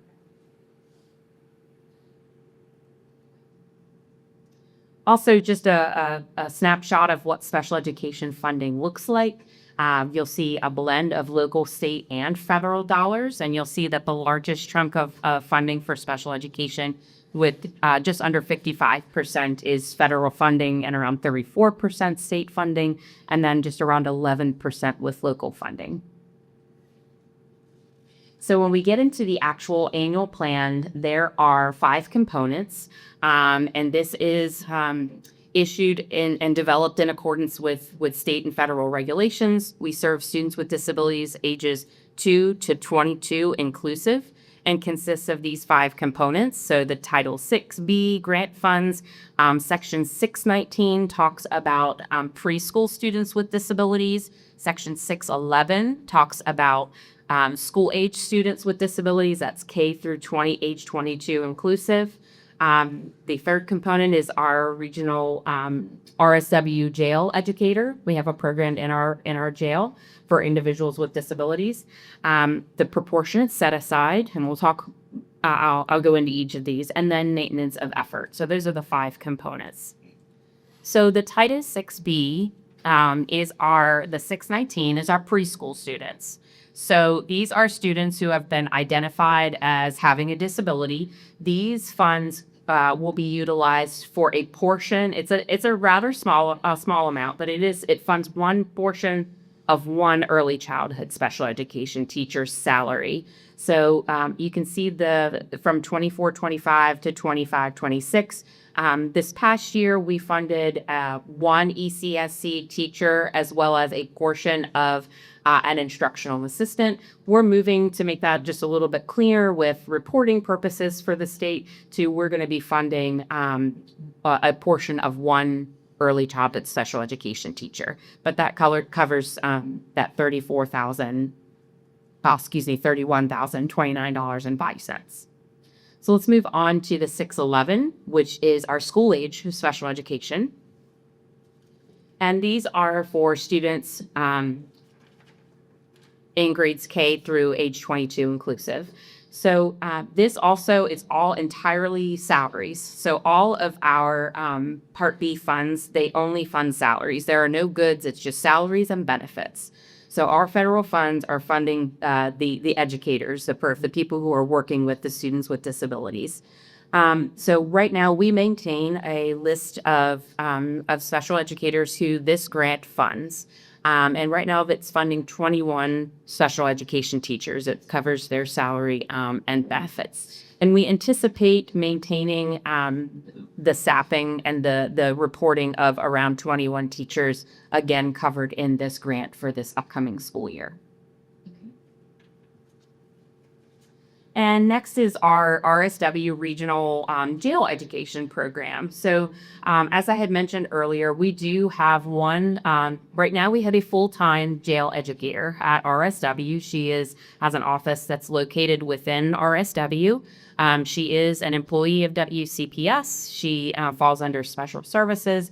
She provides services to individuals who are incarcerated, who are between the ages of 18 and 22 inclusive, who have a disability, who elect to participate in this. So these are students, these are young adults who have not graduated from high school with a standard diploma.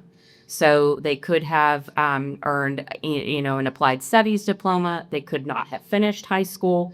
So it allows us to capture some students who were receiving services and are now incarcerated, and they can opt into receiving these supports and services. What we have found out, due to, this is a good thing, but due to decreasing numbers of individuals with disabilities that are incarcerated, we don't have enough to fund an entire teacher for next school year. So our funding right now actually went through March. So our funding, our current grant, we're in what they kind of described as like a gentleman's handshake. Their fiscal year and our fiscal years don't align. So from March of 2025 until our fiscal year rolls over in July, we're under that gentleman's handshake. The funding continues. And then when our fiscal year begins, we are going with the new level of funding. And this is anticipated, and you haven't officially received this word yet, but I've had, many conversations with the individuals that are responsible for the jail education grant. So we are going to be going to be receiving 1/2 of the funding for a jail educator.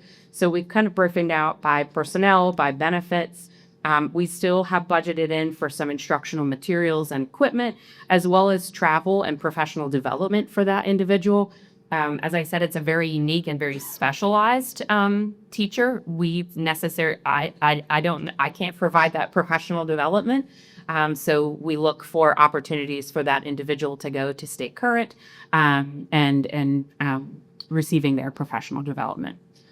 You have seen the interagency agreement between Warren County Public Schools and RSW that was recently updated in March at a board meeting. So that is linked there, and I believe was attached in board docs as well.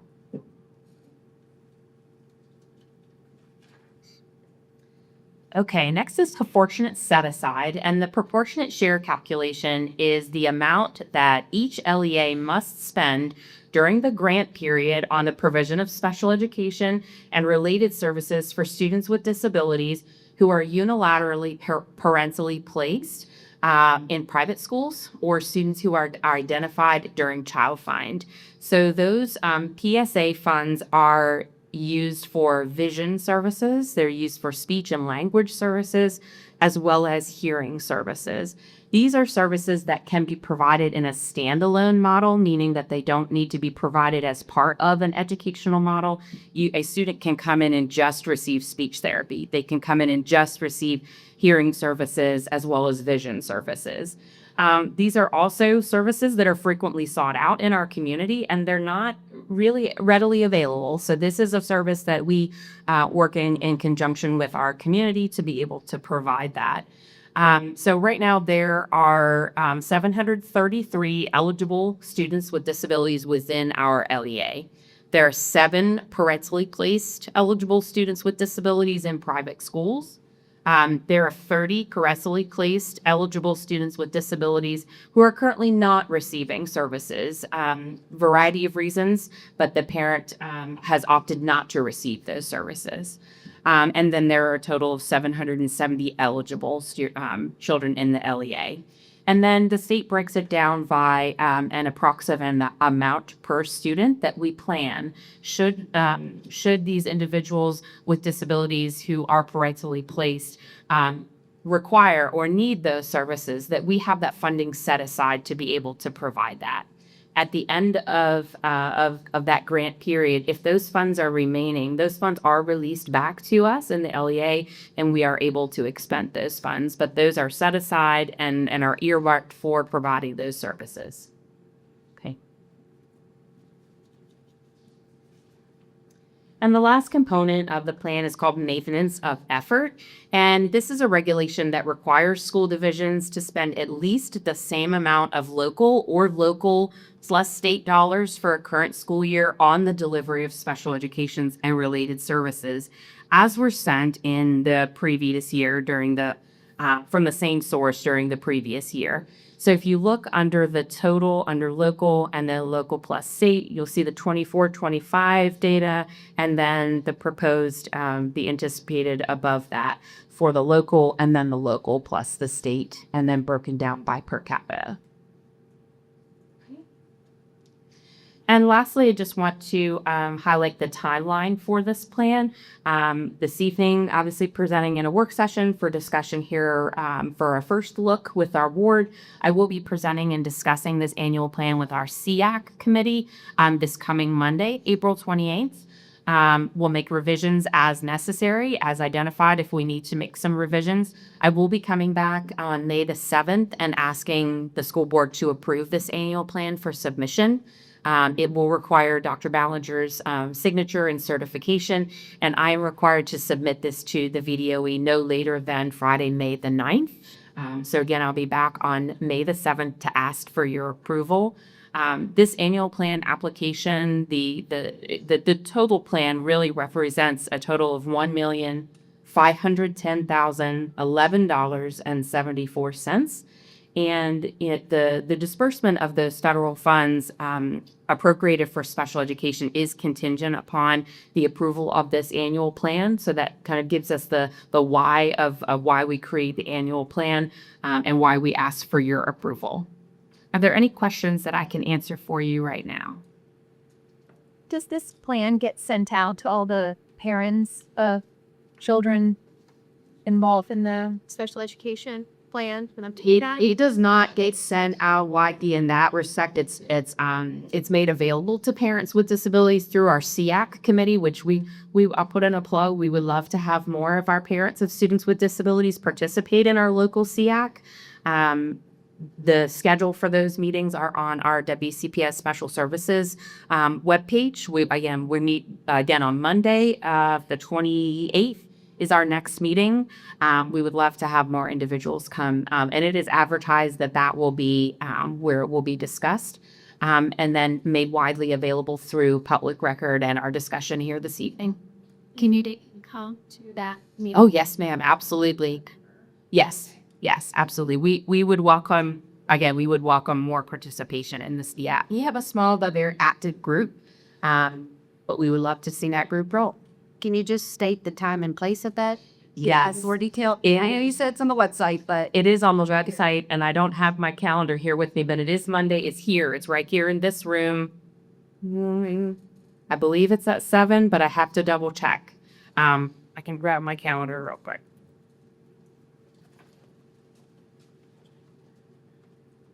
I'll make sure I tell you the right time.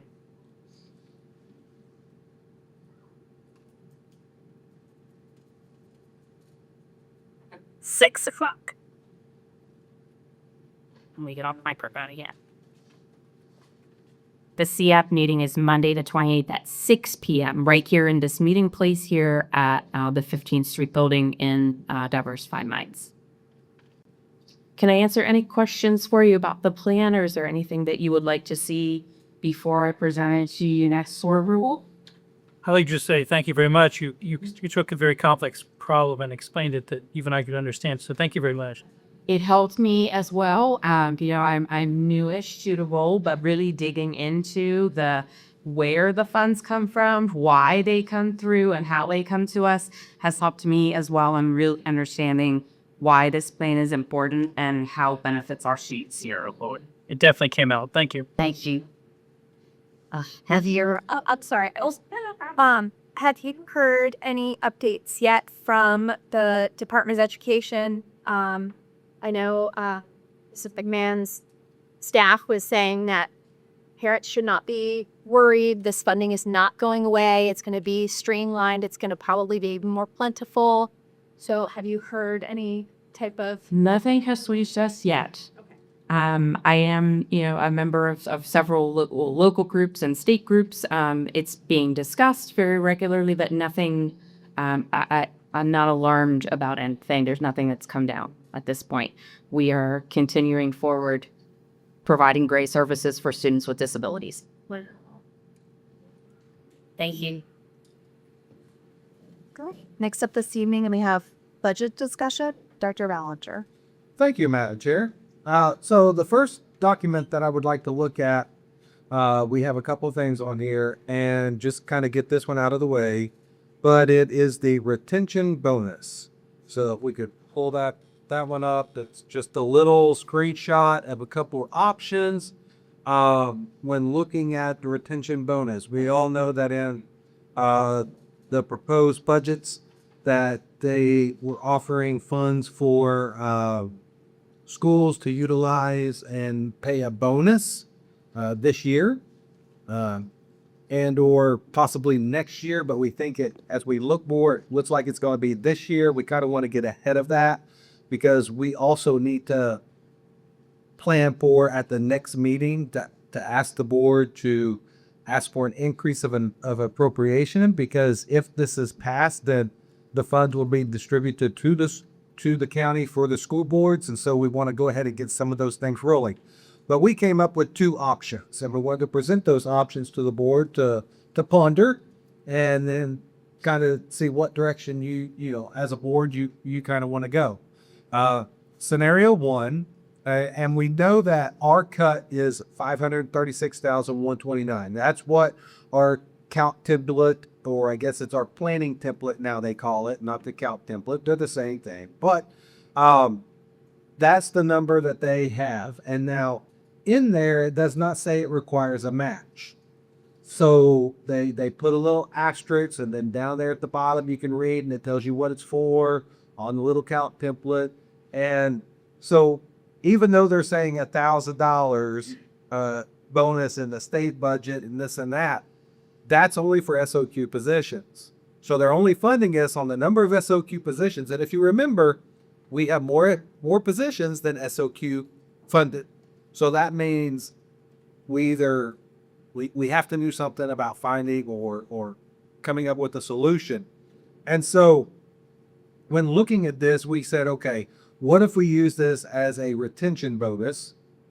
And we would pay $750 per person that signs their contract, come back with us. They receive those funds at the end of June. But it would be if they signed their contract and they came back. The second option would be, okay, we just take our number of 536,129 and divide it by the number of FTE people that we have. And that would just be that everybody would get basically a bonus of $690. That would include those that are resigning or retiring or leaving to go somewhere else. But everybody who worked this year would get a bonus of $690. We looked at some other options to say, okay, if you started with this in August, and then if you got the full amount, if you came in January, you got a different amount. We looked at quarters, and we had about 4 options that we were kind of pondering in cabinet and trying to discuss, and we landed on these 2. And we really liked using it as a retention bonus. The one thing that we did not like was, those that are retiring. Of course they're retiring, but they put forth a lot of time and effort into Ward County Public Schools. They wouldn't receive this because they're not signing a contract. So that was the only downside to that. Those that are leaving us to go to another county, they're leading this. So we just kind of wanted to discuss these 2 scenarios with you, kind of get your guidance at this point in time, and just kind of see which direction the board kind of feels we need to go. For scenario 1, did you just subtracted out who is retiring right now, and did you just assume everybody else is signing back? Go, Ms. Drake, you want to come up and talk about this? Because Ms. Drake went through and looked at everybody trying to figure out retirees, things that she's already done, and just numbers there. Yeah, so these numbers actually include who we know right now is retiring or resigning with us. So that these are reflective of the true 776 current FTEs we have. Obviously, if we hire somebody new, that would be adjusted. Right now, we do have 11 retiree letters and 8 resignation letters. So depending on which option we choose or what direction that looks like and who gets it or who doesn't, those are the current numbers that we have right now for that. But these include everybody currently employed with us, not future hires or those leaving. The main thing with both these options is it doesn't require a local match. You know, we were trying to save some money, cut some things to try to get together a match. But if we do it in this manner, then we don't have to have that match. Did you consider, if we're using it as the retention bonus, you mentioned the downside is the retirees. Could we consider giving like maybe a smaller amount to the retirees, but they're not getting nothing, like maybe $250? You know, so it's still. We could do that. That's why we're having the discussion with the board. I mean, if that is, you know, the will of the board, then yes. I mean, and that was our concern in our conversation in cabinet was, you know, for people that have been with us for 30 plus years or 25 years, and they're deciding to retire, you know, but we also know that's a part of life too. And so, but we wanted to present that to the board, and that's why I mentioned that, so that we could have that discussion and see kind of which direction the board would like to go. And I'm fine either way. We would just have to look at it and modify it. So Yeah, I'd lean more towards the retention plus the retirees. Yeah, and I would definitely like to make sure we include the retirees because that's an important milestone. So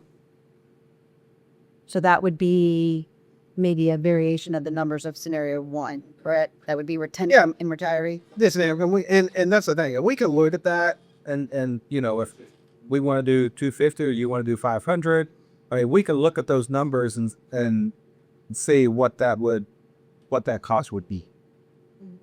I'd be.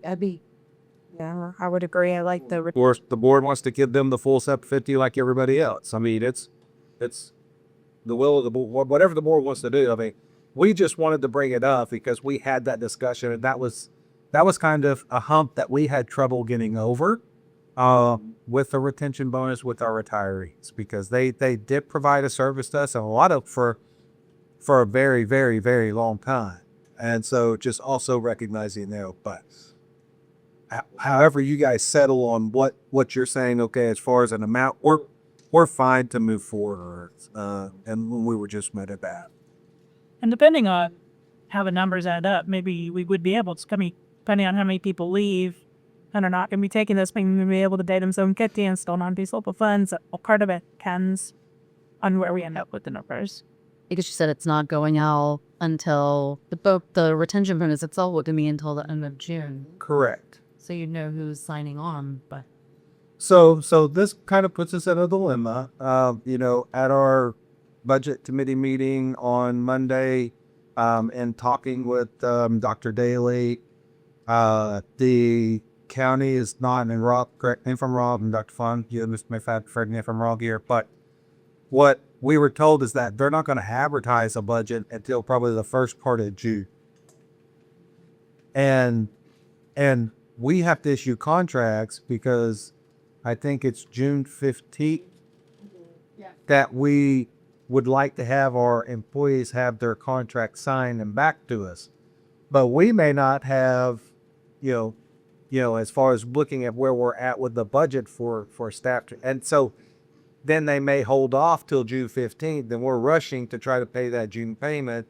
But we can actually pay it probably in July, but could we, as far as issue it back? I mean, this would be a question for Rob, because we don't want to get caught up in paying something out 1 month and then, you know, can we accrue that back to the previous month?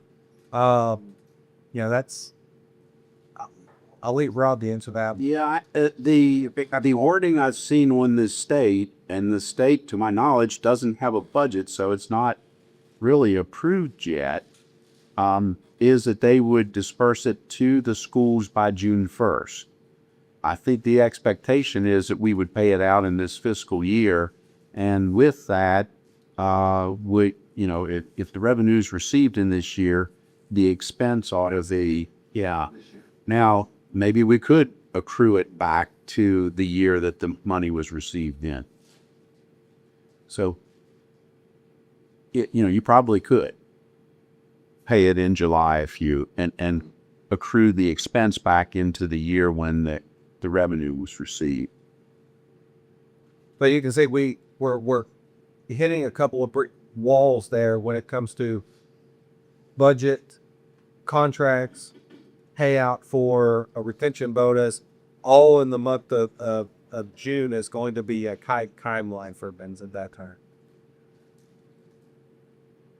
What is the 45-871 regret? What is it? What is it part of it? What is it? Be the local funding needed if we did 750 for all current 776 FTDs.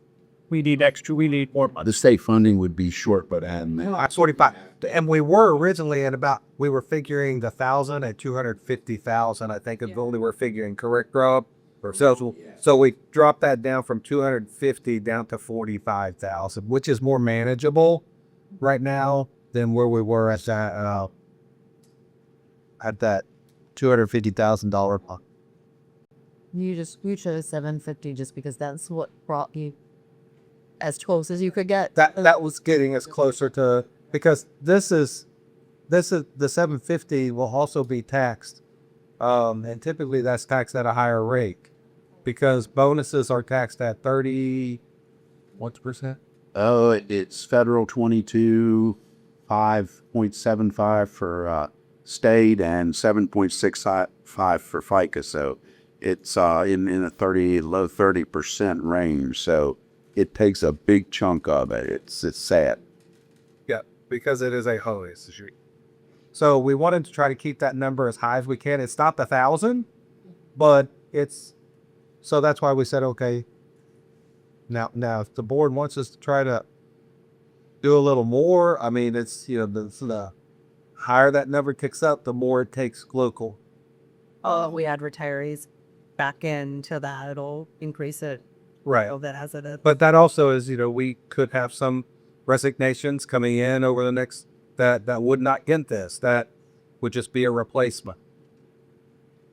And this does include all 776. This includes retirees and like everybody. So my count is added in here. This is not excluding them.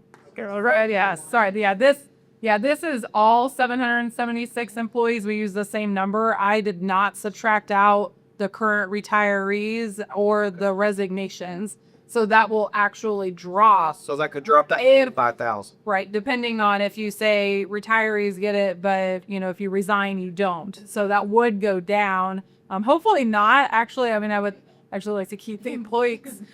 Yeah, we would like to see less resignations. Right. We would like to pay that out, But they're already included. Okay, I'm sorry, I misunderstood you. No, sir, I heard you say that. I wanted to this because we didn't know which direction, so we just wanted to stick with the current. And again, that because also adjust depending if adding new hires, and then the next few months as well. So, Are any of these retirees considering being subs at all? If they are, and that would certainly, I would think, qualify them for the full pension bonus. Yeah.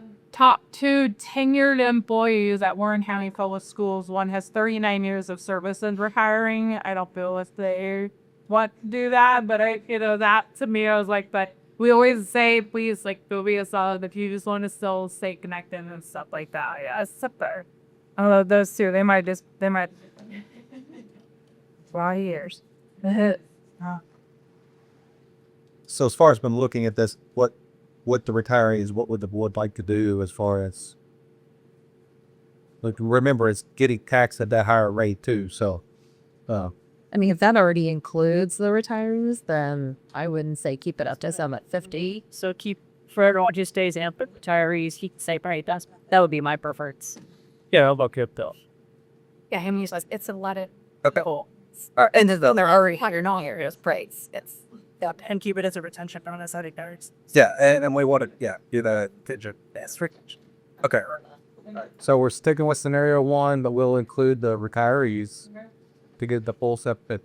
And are we putting a deadline on when they have to submit their contract in? So that'll be on the going out because we would have to Have the deadline. because we had talked about this. Rob and I had already talked about how can we make sure that, if we pay that and then somebody resigns or something of that nature, what we didn't want to pay it too early because we wanted to make sure that we do have that security to be locked in before that payout it occurs. Yeah, I think if someone signs a contract, they still have up to June 15th to back out of it, so to speak. I think. 2 weeks. 2 weeks after they submit their cover letter. Okay. Well, yeah. So, and then the other thing, thinking about if we paid it out in July, I think we'd be fine because really the cost is incurred on June 15th. That's when, if someone's turned it in, they've qualified for it, and that's when the cost is incurred. So even though we pay it in July, it would get accrued back to June in the same fiscal year that the revenue has been promised to come in. Yeah. All right. So we'll keep it at 750 and we'll include retirements. All right. Thank you, Ms. Trick. All right. So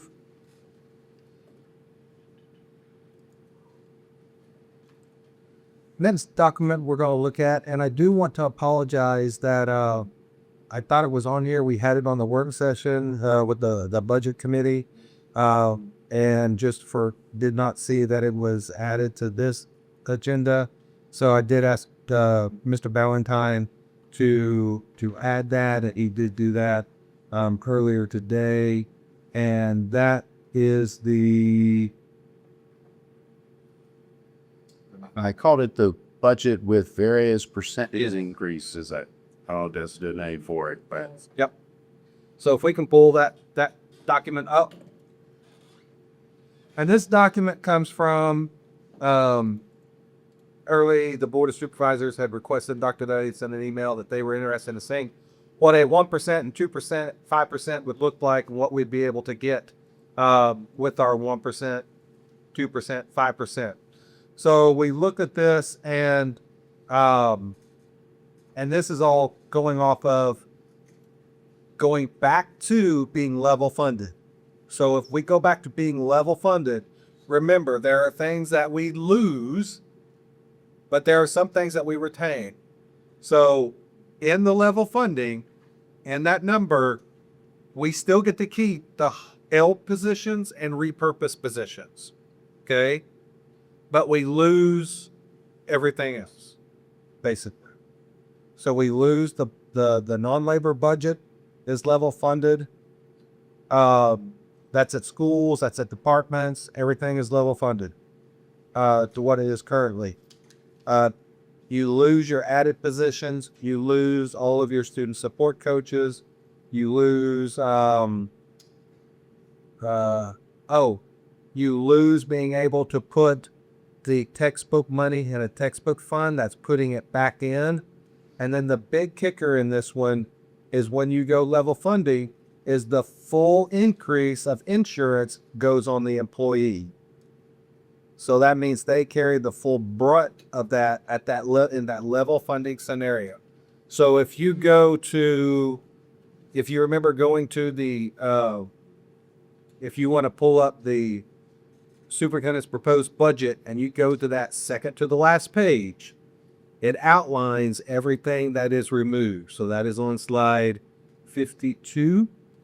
And you can, it gives that narrative down there. That's also taking teachers back from a 3% plus a step.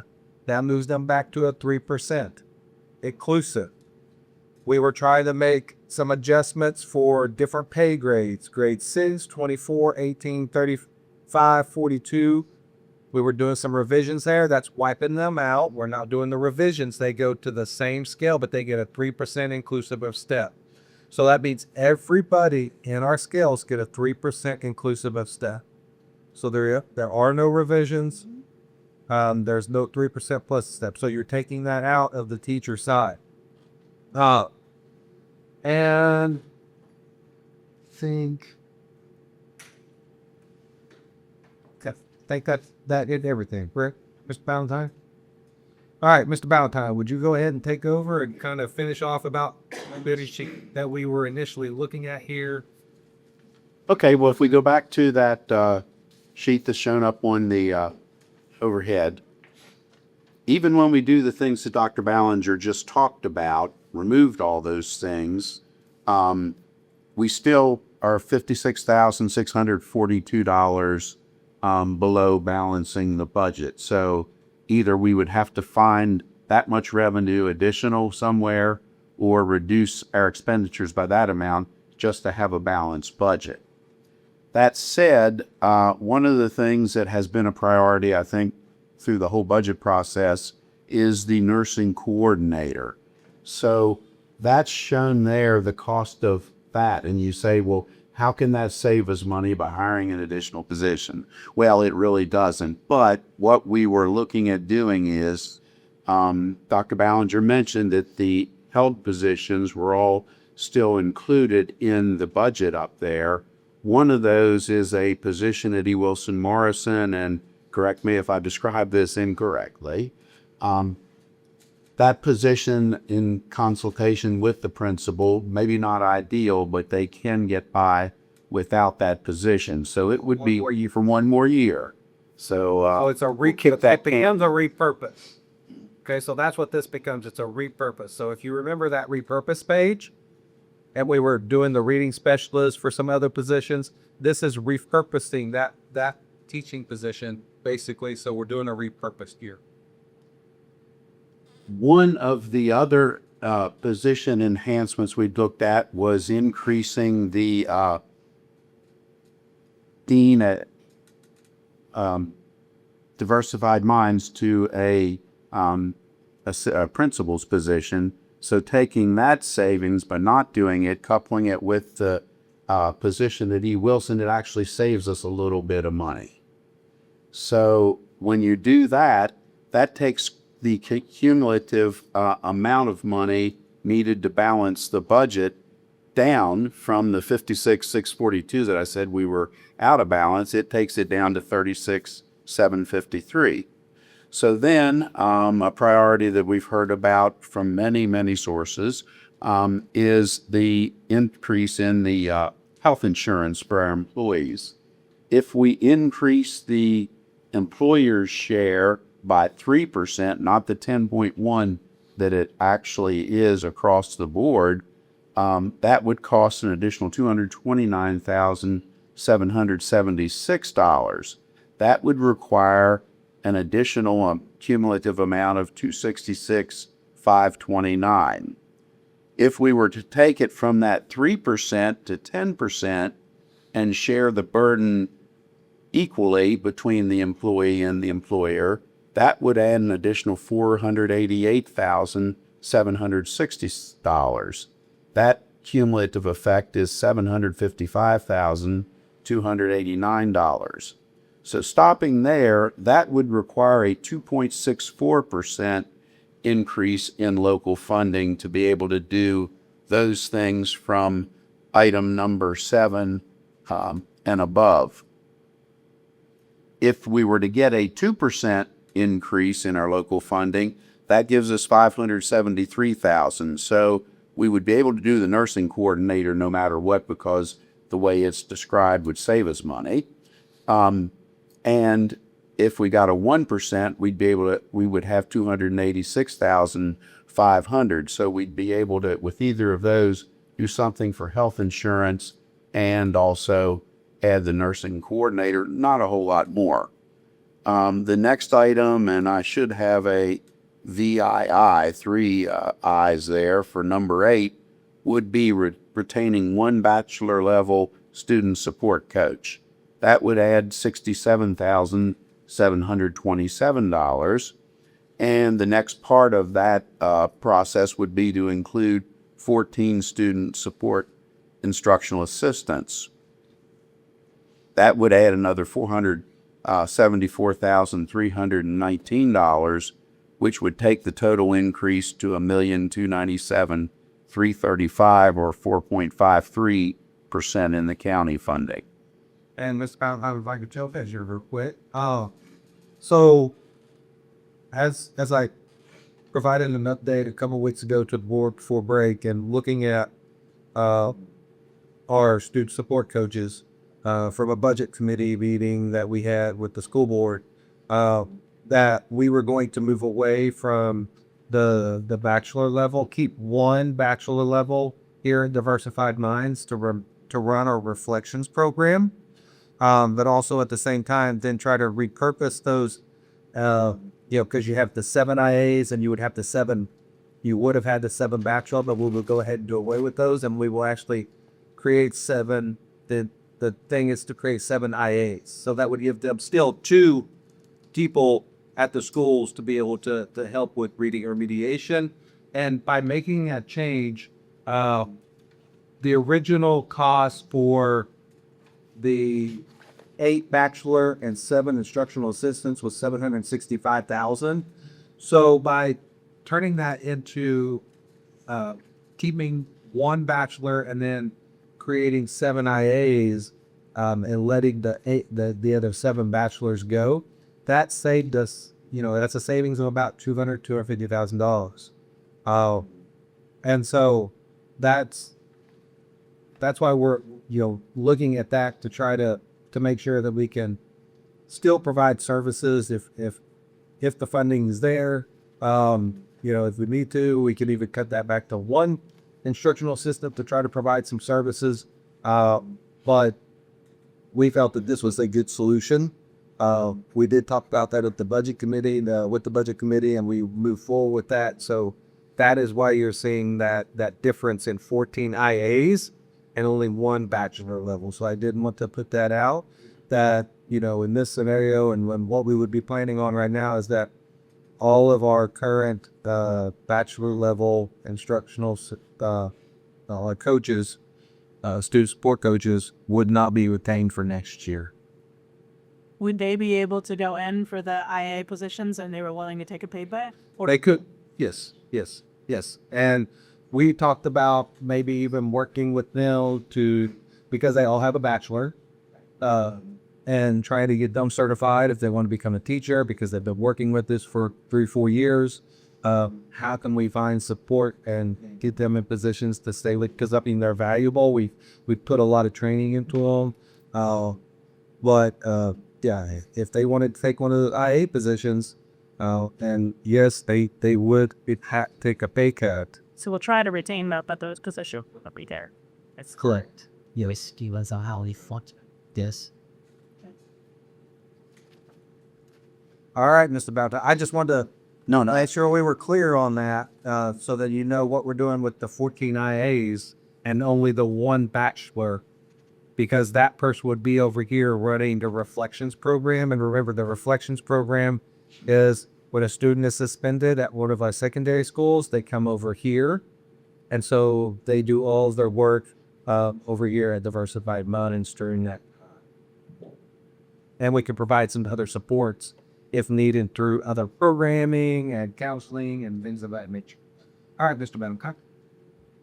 The next item on the list is number 10, was the position enhancements. That would be the putting a secretary, a part-time secretary, on the actual scale where they belong on an hourly basis, as opposed to paying a rate that was established many years ago and really hasn't been increased over time. It's also adjusting one of the coordinators to actually give them the true coordinator's stipend. To match what other coordinators are getting. Right. And the other one is Moving a specialist food technician. to the, technician scale. Yes. Non-labor, custodial, we've talked about the fact that our custodial contract is out for bid this year and that we anticipated a 5% increase. I'm hearing word that maybe at this point that may be optimistic even in our. Cost. Yeah. I think he's ignoring us. We're hearing that number is a little bit higher than the 5% that we project. We also talked about for $80,282, allocating non-labor to the schools on a per pupil basis to try to get that back to a funding formula that's sustainable for the future and has not been increased by any significant amount at all for many years. The substitute budget, we've talked about that. We feel that it's going to take another $100,000 really to realistically fund it at the level that we're currently experiencing it. And as Dr. Ballenger mentioned a little earlier, the $426,973 transferred to the textbook fund so we can start buying textbooks. If we did all those things, that would take a 7.17% increase in our county appropriation. So that's sort of where we're at. And so that's where you see in bold, as Dr. Daly requested, to look at what would a 1% give us. If you look at that column to the right, and you can see where 1% sets, where 2% sets, where the 5% sets, and then everything above that 5% would be included. And then we're at 7%. I just threw the 7% in there. I know our total increase this year, we were asking for, I think it was about 14.2%. Is that correct, Mr. Ballantyne? I believe that's what it was. Yes. Yes. Yeah. And so just looking at it from those perspectives. So we did provide that information. And so when looking at it, working through with the executive budget committee, again, we felt that insurance we haven't talked a lot about because, in the original budget, it was 10%. We were going to share the cost, 10%, 10%. But when you look at that scenario of level funding, that shifts everything to our staff members. So at this point in time, I would like to ask Ms. Drake to come up to the podium, and she's going to go through our fun little diagram of insurance and run through some scenarios for you. It's going to be that yellow one. Yep. Hello. Or but priority is that if this is a sheet you did finish before so sheets that so this is prioritized, is that like Yes, so that's kind of the priority is to try to take care of the insurance and then What? No, you don't. The scenarios totals are like 3 or 7%. Oh, you want to go through that big one first? Yes. Yes, sir, you're right. This one? Yeah, the level. All right. That is called the Then they said there. I have some extra printed copies. Like that, and I want one. That'd be helpful. that's very good. Viper benefit scenarios. You have a and I probably have an extra copy of it too.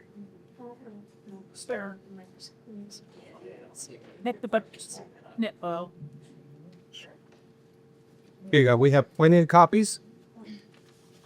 And maybe, I don't know, if we have PJ on Wednesday.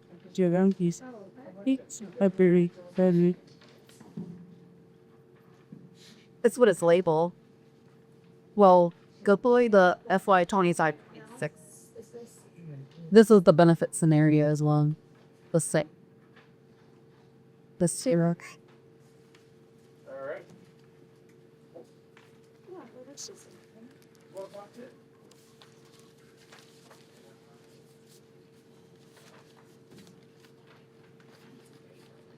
All right, so I'll first explain the Excel sheet.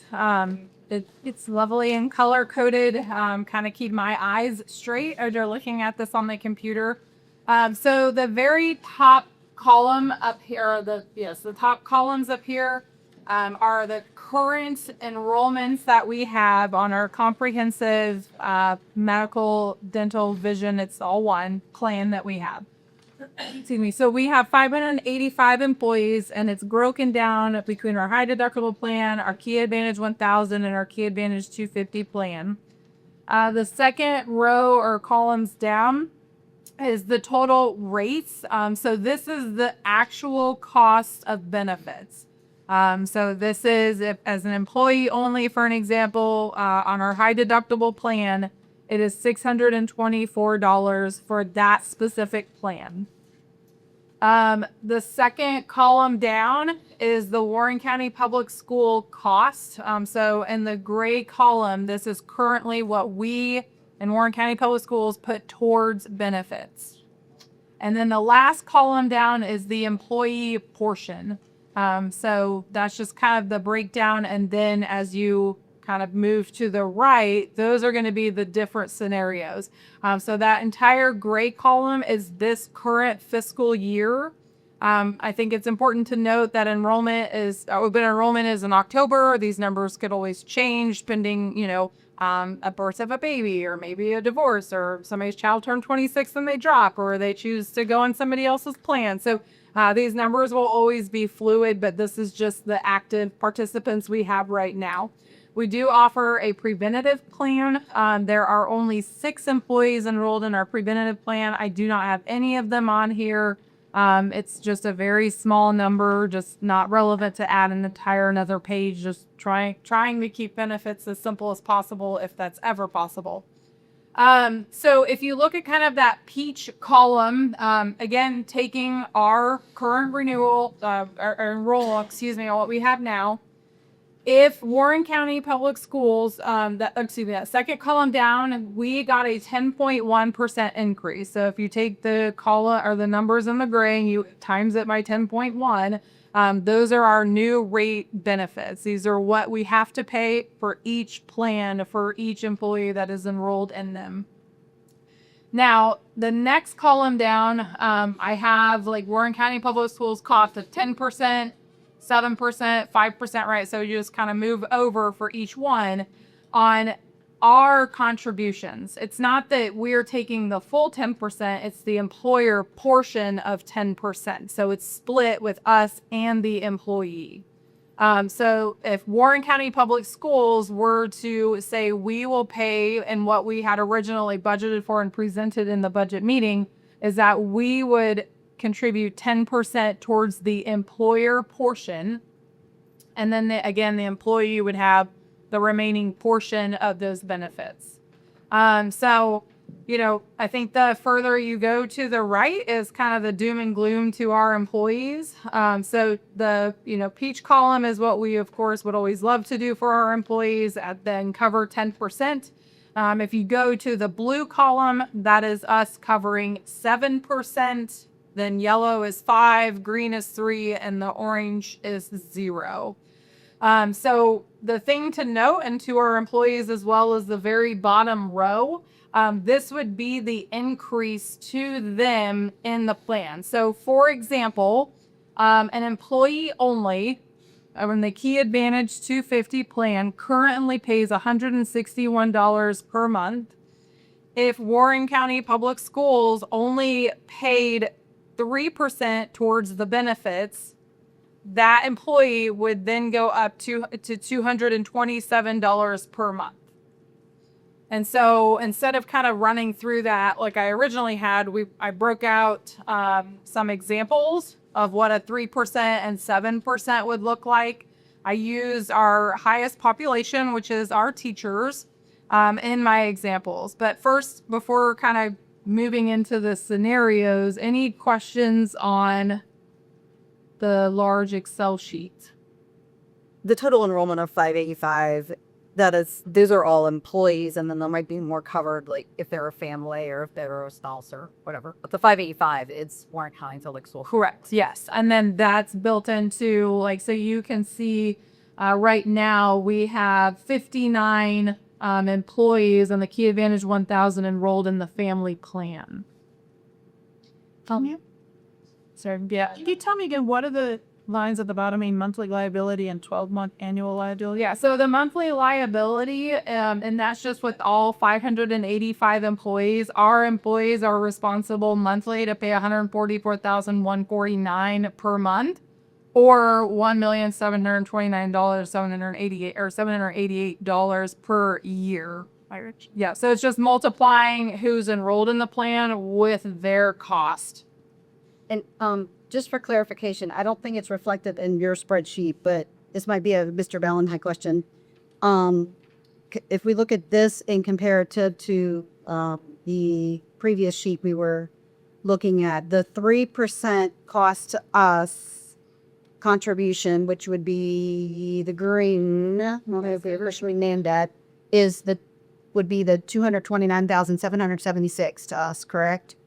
Correct. And then, And that would be the difference between the WCPS cost, that row going across there, in between the gray, which we currently pay as an employer, 7,145,616, and jumping across to the green 3%, which would increase it to the 735,392. and then. If my math's correct, that'll be the difference. And 10, so doing that same math, the 10% is the 488,760.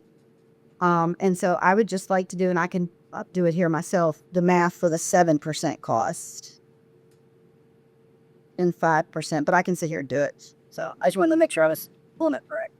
When you're talking about having us absorb the increase, when we're looking at are we looking at just absorbing that increase for our employee, and then whatever that increase for their family is, that's on them? Or is that you're just absorbing that 10% or the entire plan amount, their monthly payment amount? I just want to make sure I understand. So if I have a full-time or high global school employee, if I have a Key Advantage 1000 family plan, that's just the cost for the plan, which and covers my family. There's no additional add-ons to that.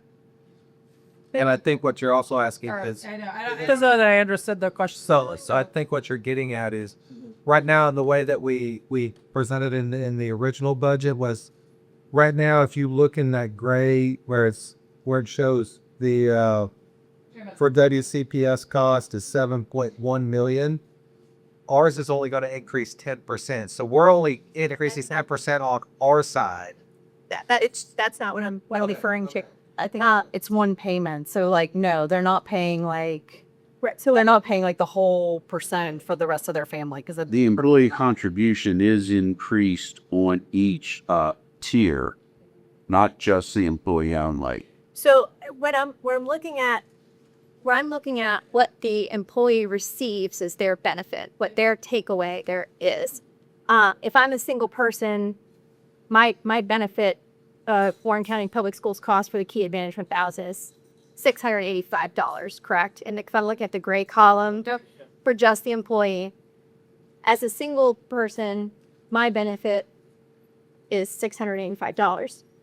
But if I go down the chain and I have the employee if I'm married, then suddenly my takeaway from the county is $933. So I get a larger benefit if I'm married or if I have children, which goes up significantly then to the $1,825 is the cost. So somebody who has children is getting almost 3 times the benefit, even though we only have one employee. So when I look at how our benefits in my family with my husband's benefits, when his employer eats the increase, they're willing to eat the increase for him. They're not willing to eat the increase for me or my children. So when I'm looking at these costs going up, we're eating the increase for the whole family or for the spouses, or not just the employee. So it's does that make sense if I explain it that way? Yeah, I do understand, like the total compensation package for an employee, right? So if I is, doing employee children, my total compensation package, I would get to add 1,825, what my employer is putting towards me. And then if I'm an employee only, then my total compensation coming up is only 685. So that I understand that part of it. As far as enduring the cost, that would take, I'm trying to think through this, but we would have to look at restructuring like what we contribute towards each plan to have it either more equally divided out or pending like what that benefit level is. Places I've worked before, it's usually just kind of a percentage of like, this is what we cover, and it's kind of broken down. It could be like a 90, 80, 70 type of percentage of just using round numbers. Here, it's just we're kind of going off of what calculation has been done before and just adding in that 10.1%. So I hear what you're saying now. Thank you for re-explaining that. But we haven't adjusted what and who gets what, but we're just using the same formula to move forward. So one of the other ways that other employees or employers that was had is done is they'll say, here's your benefit. This is what it is. That our place of employment is willing to contribute this amount of money towards your benefit. Spend it as you will, and then we have to sit and we have to look at it and say, well, as a family of 4, I guess we're going to have to drop our coverage back a notch in order to, but then it's more fair because every employee who's working there has the same benefit payout from corporate. And that's more like a cafe style, from what I've seen in the cast, where and some people, like, you know, places I've been to, like, you could use it towards a gym membership, or you could use it, I mean, it wasn't like an actual dollar, you know, really, that they could put in whatever bucket was allocated to them. It wasn't necessarily that it went into their check, maybe. So I've known those as kind of like a cafe plan. You know, right now, if we had 100% beautiful 801 full FTE, and we only have 585 employees enrolled, would you then think like, well, we would need to offer that to everybody? Because what if they don't want to take our benefits, but they like having that total compensation in their back pocket to then use somewhere else? Then it would actually, I think, increase pending that dollar amount. But I think our mom take, and then there's what like then yeah, just those are just thoughts. Yeah. I think we also need to think about what is standard across other districts, especially in our area, because if you go to a system like that, I would worry that we're disincentivizing people who want to have a family. And just by the nature of our staff, we have a lot of people who start when they're young women and want to have a family, and we want them to stay here and not go somewhere else that has better health insurance if you became a family. Well, and to be clear, I'm not suggesting any of this. I'm simply trying to clarify how outside the school district things are done. Because obviously we're not in a bubble. We're not the only people. Our employees are not the only people who have had a health insurance increase, right? Like the average American citizen saw an increase in their insurance rate by 7% this year. So we've all certainly felt it. I just wanted to make sure that I was understanding that whatever Warren County Public Schools is going to pay out, it's not just paying out the increase to our employee, but it's to their entire family. So that gets exponentially larger. To make a plan. Right. All right. Yeah, questions on the Excel? I got my numbers, Mr. Ballenger. It all worked out. That's Okay. All right. So that's just kind of the overall, what it would look like for our costs at Warren County Public Schools and the employee. So Dr. Ballenger had asked, like, hey, let's come up with some examples again. Just pulled up teachers. They are our largest pool of employees, not trying to leave anybody out. I do think it might be worth having the conversation when you look at other salary scales, when, you know, looking at these examples. So, you know, your IAs starting off at year 0, they're making $17,000. We could round up to $18,000. If I put their numbers in here, this would look very different. So just being mindful, this is only for teachers. So we will start off with the 3%. Thank you, Sarah.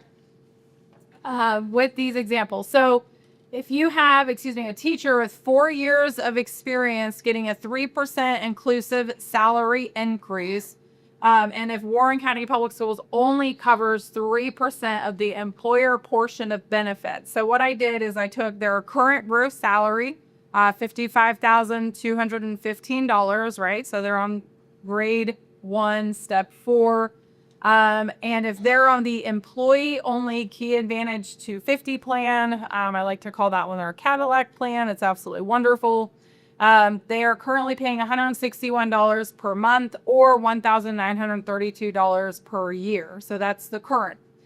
So now if they get that 3% pay increase, their new gross salary will be $56,871. if Warren County Public Schools only contributes 3% of the employer portion towards the benefits, the premium will then go up to $227 per month. The annual rate would go up to $2,724.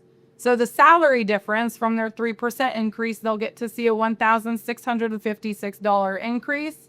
The difference in what they will now owe in insurance is $792, meaning that their gross take home, this is all gross take home numbers, would be $864. So once you start, taxing it and retirement, things of that nature, obviously, that would have an impact. And then in example 1A, again, that same teacher with 4 years of experience in going to our Key Advantage 1000 plan, but the family plan.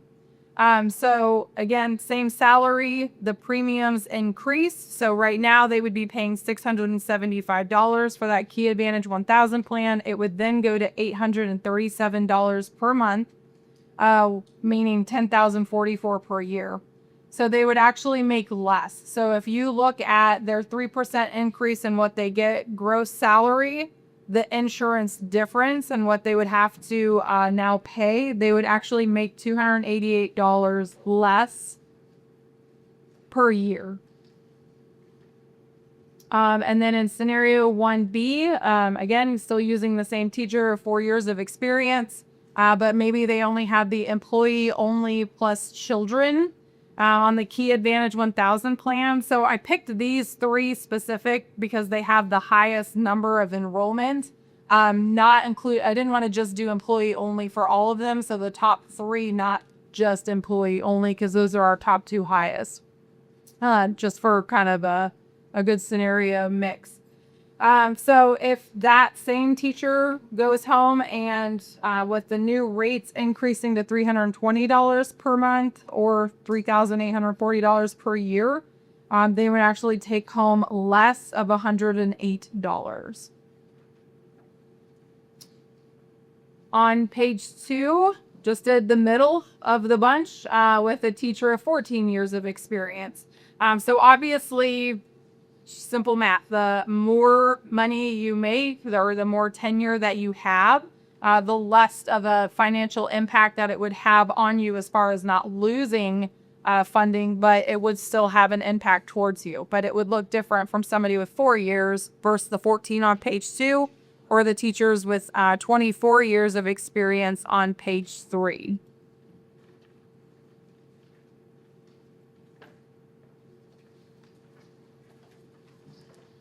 Thank you for putting these together. This is helpful to see. It's hard to, sit through all these numbers and see what that actually would mean for one of our employees. So it's grateful. So that was the 3%. If the Warren County Public Schools only puts 3% towards the employee portion of the benefits, and then I did what if we did 7%. So still didn't want to change it up too much. Teacher with 4 years, 14 and 24 years of experience. But with 7% on page 1, example 1, yep, thank you, Sarah. We would have the same salary increase. The premiums obviously would then be the same, or would be different, because now they would go from like in example 1, $161 per month to then $199. So it's a lesser of an impact. So their salary difference is still $1,656. The insurance difference is $456, and their take home for gross for the year is $1,200. So in comparison to the 3%, instead of taking $864 home, they would actually get to take $1,200 home. And then if you look at 1A, again, teacher, 4 years of experience, which I think from, even my example here today, most of our tenure was, between that 2 and 5 years of experience. That's where the bulk of our employees are right now. So it's a good example for the 4 years. But if they are on the family plan, the burden of their portion, right now the employee would pay $675. It would then go to $784 per month. With a difference of $384 for the year that they would get to take home. And I just want to make sure we understand it's for the year gross salary, not, net.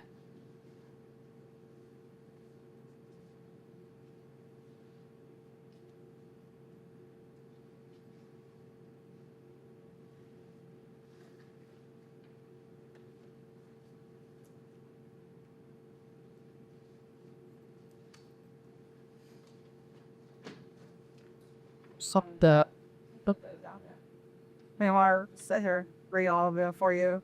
It is helpful to see that the 3% salary increase doesn't really Can I carry over. I hate to do this, and I apologize, but can we go back to the big sheet and Mr. Valentine? When I did the math for the 3%, I got the 229,776. When I did the math for math is not my specialty, but when I did the math for the 10%, that's supposed to be 488,760. He added it to the one. That's the cumulative. That's the difference It's between 3 and It's 718, right? Okay, and then then it's like 508,044. Okay, so that is 3. Okay, I just wanted to clarify that. Thank you. He had added. I gotcha the math. So and that I got from that other sheet from the other sheet. That makes sense. Thank you for clarifying. Harry, have to yours. Sorry. I don't have any question about that though.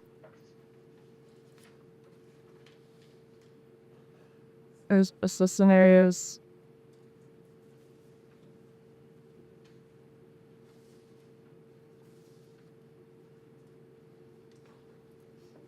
I just did the 5% while we were sitting here, and that takes everybody out of the negative at least. Takes 1A to a positive 36, take $36 for the entire year take home, and takes 1B to a positive $336 for the year, and takes 2A to $266 for the year.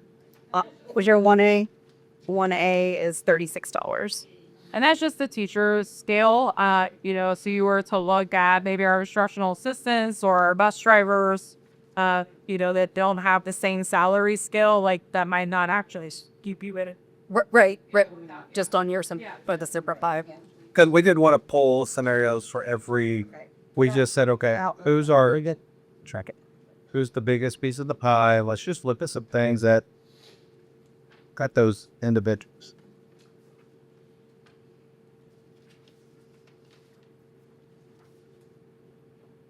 So I'm trying to look at these, and I had thought that it would go up the same amounts. Like in each column, everybody's price is going up 10%. 10.1, yeah, 10.1. And I thought, like in the blue column, everybody would be going up the same percent, but they seem to be different. They are. But so in the blue column, we're only going up 7%. So that 3% that we were going up in the peach gets shifted down to the employee. Yeah, but so employee only, Key Advantage 1,000. In the gray column, they're paying 55. In the blue column, they're paying 82. So that's like $30 higher. For dual family, in the gray column, they're paying 21. In the blue column, they're paying 83. That's like 4 times as much. So they're not all going up like 12% or something, right? Yeah. It's going to end up. They're from looking at coming in, it's not a even distributing percentage per tier. So the employee only, high deductible plan, we offer that $0 to the employees and kept that across the board. Where, if we were to change it from right now, they're paying 0 and then we have to add that entire percentage, theirs would look perfect because they've never paid it. But the others, it might be that we're covering 2% on one and only 74% on another. There's no, I don't know what the equations were or how it was calculated out before, but we just kind of kept it. I know, not last year. It's still this. So if we were in the peach column, our costs would go up 10% for all the plans, and all of our employees' costs go up 10% for all the plans. But if we end up in the yellow or green columns, some people are paying 5 times the amount, and some people are paying 13% more. Right. So it's just all over the place. Because the base calculation or thought that, right? I think that's what I'm saying. I think that's what has to be addressed at some point. It's the base calculation.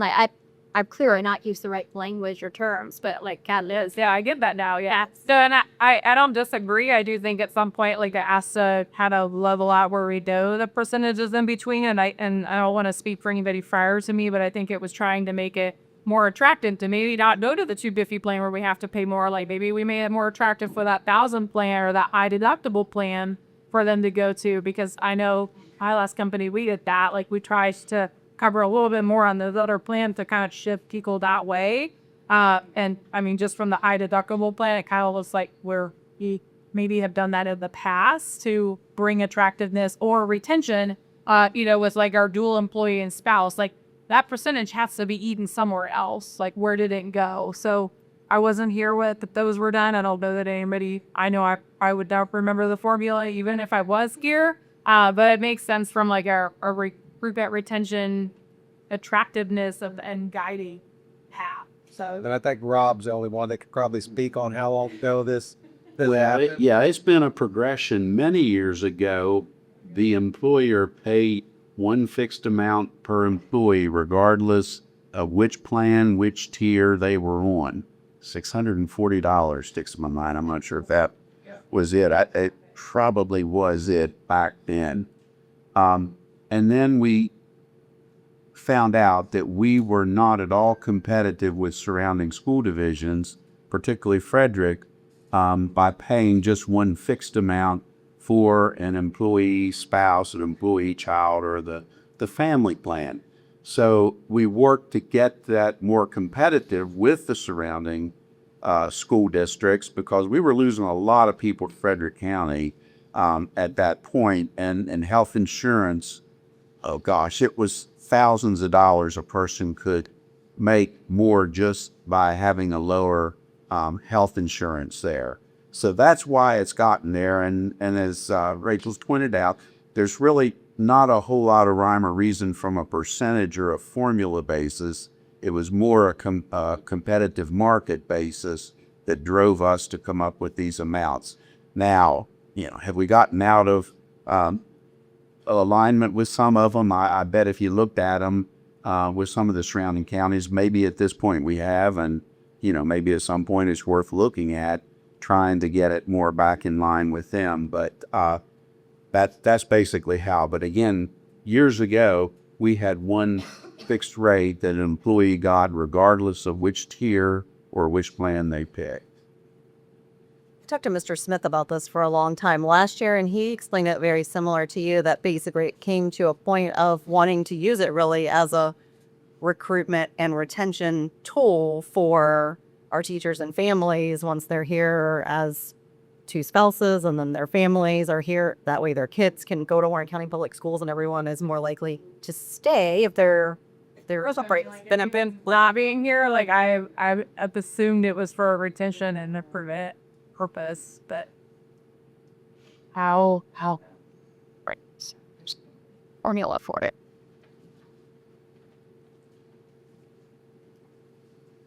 So those are kind of the only documents and the updates that I wanted to provide concerning letting the board see where we are with the insurance and why on that first sheet we kind of listed that as our top priority. Yes, we need to make sure that we get some type of support for our reading intervention program, but we also need to look at making sure that it's my belief and my staff's belief that we need to make sure that we are also taking care of our current employees because if insurance rates do go up too much, then we may be seeing a different issue as well. So I am concerned about that, and that is why when you go back to that first sheet that we discussed with the 1%, 2%, that's why we listed that. To me, my goal would be that we try to get that 7 to 10%. As far as with the health insurance benefits, and if we have to make some other adjustments in some other areas, we can definitely look at that. But that's what I just wanted to provide an update where we're at, and then of course talk about the bonuses, as we kind of see what's happening with budgets, and go from there. I think all these documents are really helpful, and hopefully it gives the opportunity for staff members to look and see these are very real scenarios of what we'll be up against and what that total cost of the budget is. So does it give them the opportunity to sort of... Yeah, and imagine that I could have Miss Drake just email that fellow staff members, and that way they have it. If that way, that's not a... Most of them, we get it from board docs anyway. Look at them board docs. Good. Is there a way, you talked about reducing the instructional assistant, the student support instructional assistants from 14 down to 7. Can we reflect that in the price? I mean, it done the maths, just cut the number in half from, so it'd be from the 474 down to 237, but I would trust. Yeah, so Mr. Valentine, what would be that? Because I know you'd have that number for the additional 7 in instructional school. Well, yeah, it'd be just half. It would be half because they're all. I didn't know if we calculated out. Well, but they would, because the current 7 would be the current one's employee. Yeah, that's true. And then the other 7 would be projected at a certain step, 50 years, 15. So it would, I guess we could just figure half, but. For budgeting, yes. Right, is this our time for us to get feedback? Like what we think? I would just, obviously, we would love to be able to just give all the things to all the people. I am very concerned about the reading and the loss of these extra hands. And that puts a strain on the teachers as well, especially as they're going into this new read curriculum and needing to break into small groups and have those extra hands. And I know now we're saying we don't need them, but for 2 years we've heard how important and essential they are to the reading. And I just want to make sure I'm not saying that we don't need that. I think we said. I'm just saying, as far as like, when we look at sacrificing and making adjustments, I'm saying, okay, let's find that happy median somewhere between insurance. If we have to, if we can't give the full 10% on the insurance, let's drop that down to 7%. But then let's also see if we're able to then at least give one instructional assistant. We may not get 2. So we're not actually meeting the full need in both areas, but we are addressing. But these are, you said they were ranked in order of desire, right? So well, are they not? Because this is placing the priority on absorbing the 10% full insurance over all of the student support positions. So it's ranked in order of. Now, I'm not saying, we used the 10% because that's where we want it to be. So when you look at that document, the goal of this document was, what do you get for 1% increase? What do you get for a 2% increase? What do you get for 5% increase? And that's what the county wanted to see. And so that's when we started saying, okay, for a 1%, this is how much insurance we could cover. At 2.64%, this is how much we could cover. Then if we get down into 2.87, this is something else we could get. And then when we get all the way down to 5%, because that was one of the requests that we had, what would you get for, or what would we be able to do for 5%? You would get everything above that 5%. Right. So it's ranked. So it's a ranked choice. And it's placing the priority. It says on number 7, increase additional contribution from 3% to 10%. That's number 7. Then you've got number 8 is the bachelor level street support coach. Then number 9 is where you've got your 14 support instructional assistants. So it is placing the priority on the health insurance, the full 10% of the health insurance over these helping hands for the reading. it is placing, yes, So I emphasis on health insurance. what I would like to, on the 10%, what I'm saying is, as Dr. Pence pointed out, at 5%, there's at least a break-even point. So we're talking about possibly cutting the 14, because these 14s, if we're cutting the 14 down to 7 for the IAs, there's your meet in the middle point. The meet in the middle point for the insurance would be the 5%, but it's not prioritized that way. This prioritizes all of the insurance ahead of all of the positions. And that's where do I want to see the employees have to pay an increase in their insurance? Of course not. But do I want children to be able to learn how to read? Yes, I absolutely do.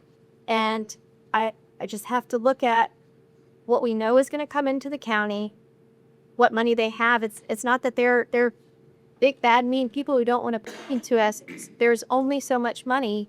So how can we do this in the most equitable way? And if we're the business of educating children, it makes me sad to see these reading positions so low on the list and to see textbooks dead last. I don't know, I just, in my head, the way that I think about things, the logic that I use is, if we have this much money, how do we do the most good with that money? And when in doubt, always look at how you can help the children first. That's just how my brain thinks these things through. So if we can have other options given to us, because obviously we're talking about a budget's done be passed till what year? So maybe we can look at some other options here, because I know that the Board of Supervisors has vocalized that they want to see us prioritizing student achievement. They want to see us prioritizing reading and these positions to keep the reading scores up. And I think as a division, we will receive a larger piece of that taxpayer pie if we place the priority on the children and find a happy medium middle ground to meet at with the insurance.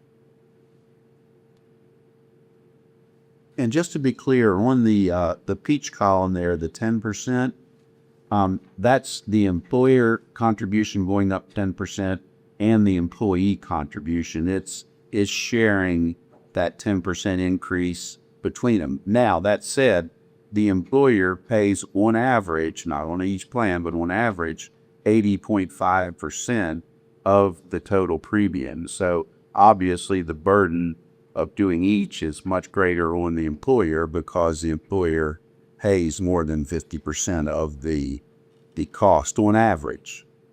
So Gina, we haven't discussed any scenarios where their insurance don't go up, right? No, in every single scenario, they're going to have at least 10%. That's the case in your professional insurance rates. It looks like if we did the 5%, that it would be $348,000, like from our side, and then if we did 7%, it would be $210,492. Like, just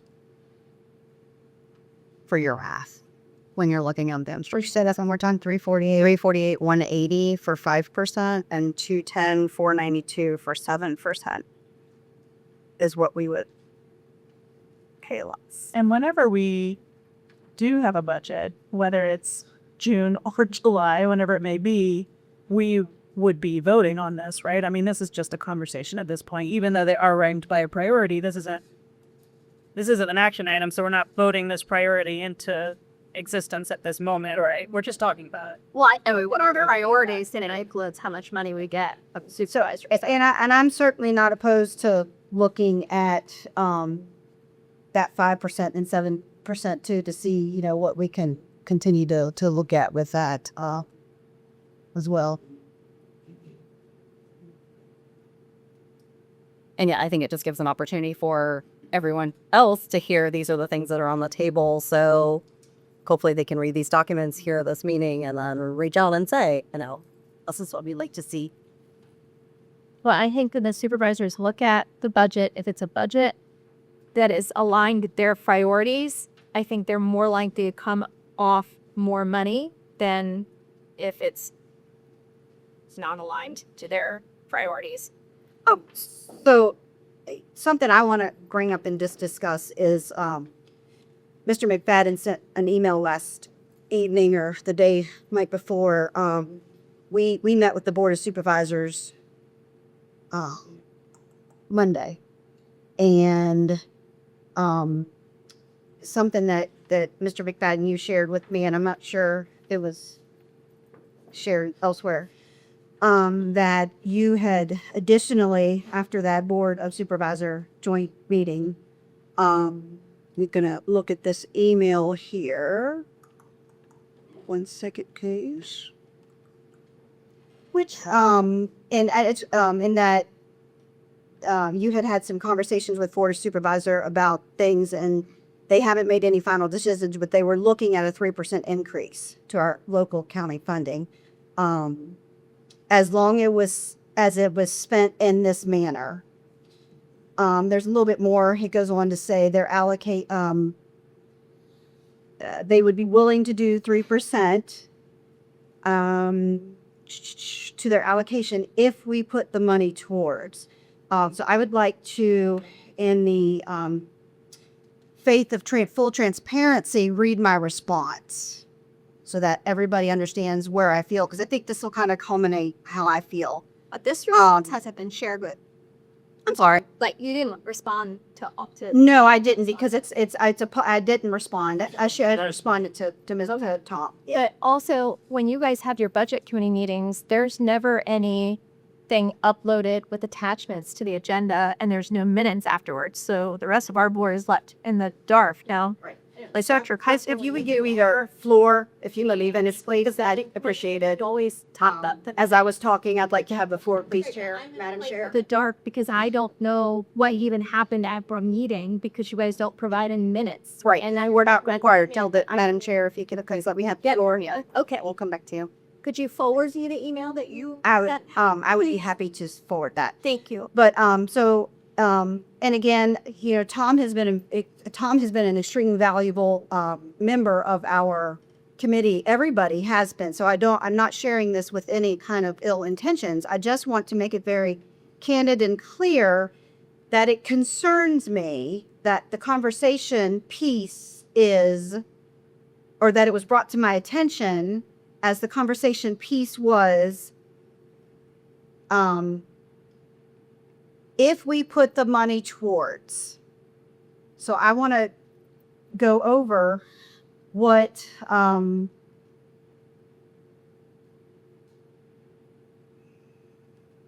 I'm not going to read it verbatim.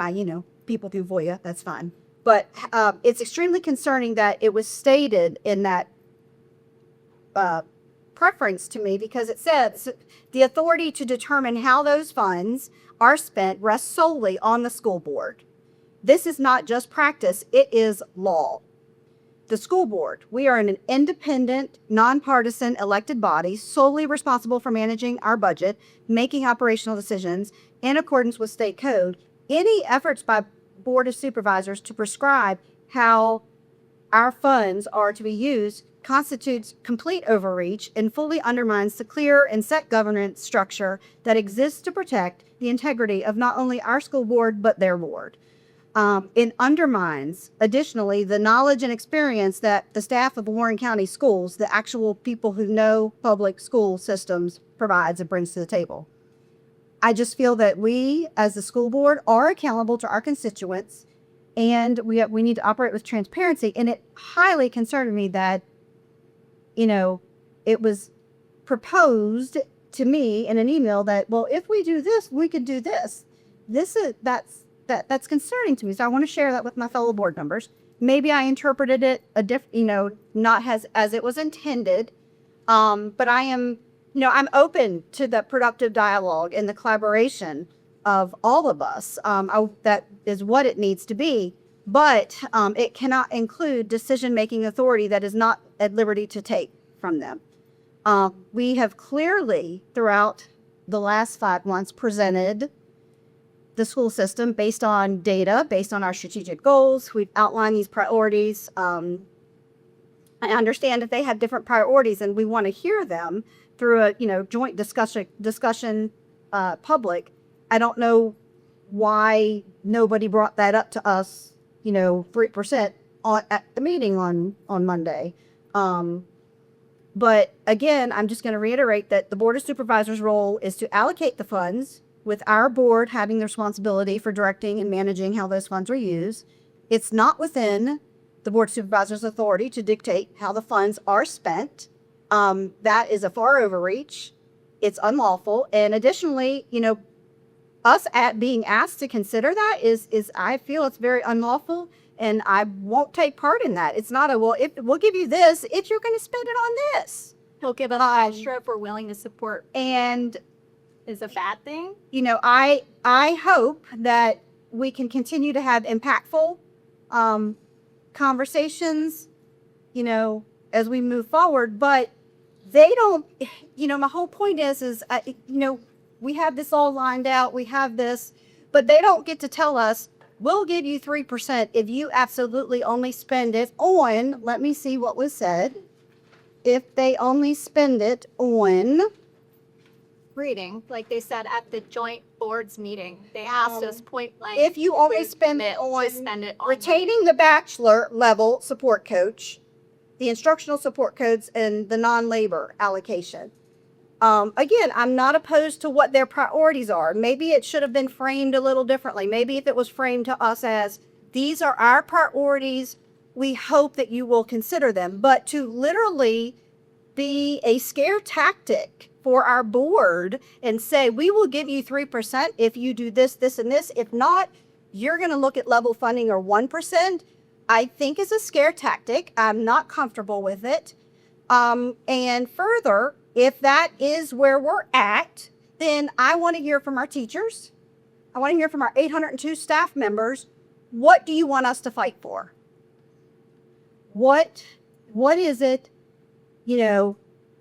if they're only going to give us 3%, if we do this, this, and this, is that what our county, the largest employer in the county, if they want us to do that, then let's do it. I'm completely, we'll do it. But if they also want to save and salvage the integrity of state code and what your roles are, to not micromanage and say, yeah, we're going to give you that, but you only can put it towards that. It's just my thoughts, just my feelings of how I interpreted that. I do want to preface it with, we have been meeting since this January. Couple more things I just want to share during this conversational piece, and I will be done. We have been meeting, you put our suggested board dates, meeting dates. We had that all on our side, and Tom, I think you would concur with me. We had all of these dates. We had meetings for January. We had meetings for February with the Board of Supervisor Joint Committee. Unfortunately, it didn't work out for those meetings. We have only been able to meet twice with them. And we've had good discussions. We've had, you've presented what your priorities, because the school system. Every day in and out, your central office senior staff know, and you hear from your staff. So I stand by, and I think Tom and I have both said we stand by what you have presented. Well, we don't, we know the original 400, that's a big ask, but it's, as your due diligence, it's your job to ask for what our needs are based on those needs. And so, I wanted to share that with everybody, because it just concerns me that it was presented I felt it was presented to me in that manner, whether it was intentful or not, that it was, well, we'll give you 3% if you do it this, this, and this, but if you don't, we're only going to give you 1%. And then you're still stuck with that. So that's all I wanted to share. Yeah, may I speak? Absolutely. It was last year I was not on the budget committee, and last year we got zero. We got $0 additional funds. Zero. I don't want zero. I want to negotiate so I don't get zero. I'm having the conversation with people, not whole groups of people. The Board of Supervisors it's not the board that said anything. It's individual people that after that meeting we had to talk to. Some of those people met on their own and had discussions, and they weren't guaranteeing anything. They just said, based on what we heard, here's what we're initially thinking. We're going to have more details about it. Them suggesting to us as to what is more important to them and how they would feel better giving us money is not mandating how much money they're going to give us or how we spend it. That is not their role, as you stated. That's not what they're doing. But just like when the sheriff had to go to them last year and say, we're looking for these types of trucks, these types of fire engines, here's the things we want to spend our money on. They had to come with a wish list of here's what we wanted to spend on, and the Board of Supervisors made that decision about what they thought was worth spending the money on. The decisions, the discussion was, for me, was I want to negotiate with them and not sit there and be all haughty and say, how dare they tell us what to do? Because we sort of did that last year. And what did we get? Again, zero. I don't want zero. And that'll be my mantra over and over. I don't want zero. I want money. I want the teachers to get their insurance rates. Everything we just talked about tonight was just a bunch of, it was just a stirring of the pot. Because ultimately, we're not going to get 7% more added onto it. I mean, if it is, Greg could call me a liar. But we're not going to get that. They told us that we had our joint building committee meeting. We asked for 4.2, and someone looked at us and said, I will give you 2.1 if you can decide on these things. And we walked away from 2.1. Now we're saying, can we just scraggle out, 800,000 someplace? We've done it the wrong way, folks. We've done it the wrong way, and we're not negotiating. We're not there where we are. We have to compromise, not in a negative way, but to say, they don't have a lot of money coming in. They don't have extra money coming in. We're talking about saying, if we just do this or we just add these people, but look at the bill. It's going to be, we're talking about another 5% is 1.4 million. They don't have 1.4 million to give us. They don't have it. If they did, I'm all for it. If they had it, I'm on this. I'm on this. I support this. If they had the money, but they don't have the money. So if they don't have the money, they have people coming out, their hat in hand saying, I want the money. We're one of them. And we're saying, well, we're not going to play games with you. We don't really care what you say. We're going to do what we think is important. Again, that's our choice. And they know it's our choice. And no one's making us take their money. No one's making us do anything. They're just trying to figure out how they can divvy up their money to the people. And they're allowed to make decisions. They're allowed to have thoughts like everybody else can about what's important to their constituents and where it is. And so I have a personal relationship with some of these people, and we just had a conversation saying, well, where are you guys thinking on this thing? Where are you? It wasn't some, illegal meetings of any sort. There wasn't any decision. There's no guarantees. It's just, that's the thought of their budget committee. Just like our budget committee has thoughts, their budget committee had thoughts and said, here's what we're thinking. They're allowed to think that. They can't make us take the money. They can't make us to say we're going to put the teachers first regarding this stuff. So we're coaches. They can't make us do it. You are absolutely right. They cannot do that. That is our decision to do that. It's our decision to vote on that. But if they're saying, we can either get money or we can't get money, I'm okay with negotiating. That's it. I'm negotiating. I'm not, these are things that we've been talking about through the entire budget process. I'm okay with that. I'm okay with fighting for that and saying, we'll do, you want this stuff, you think this is more important than that, we think this is more important than that, let's hit some compromise to figure out how we can do it without breaking the bank of Warren County. And that's where we stand. It has nothing, it's not the importance, all these things are so important. I said the 14.2 or the 4.2 million, I told Dr. Ballenger straight to his face, I agree with all these are important things. There's nothing in there that's, oh my gosh, they're just blowing it on, fishing rods or something. There's nothing bad about it. It's just our county situation. Budgets are not made in a vacuum. We exist in Warren County Public Schools. We exist in the time we're in for whatever reason. It doesn't matter why we are. We just are. And so everyone has a decision. They are the ones that make the decision over our funding. Whether we like it or not, they're the ones that do it. And they have to be accountable to, they have lots of other knowledge about where their money has to go that we don't know anything about. And so our job is to try to be as easy as possible, in my opinion, to say, well, what's going to be something that they can live with and we can live with? And that was the point of my email. Well, I do appreciate you clarifying that because the way I read it and the way it was written, I maybe that wasn't how you were intending it. I did not read it as that. I read it. I apologize for miscommunication.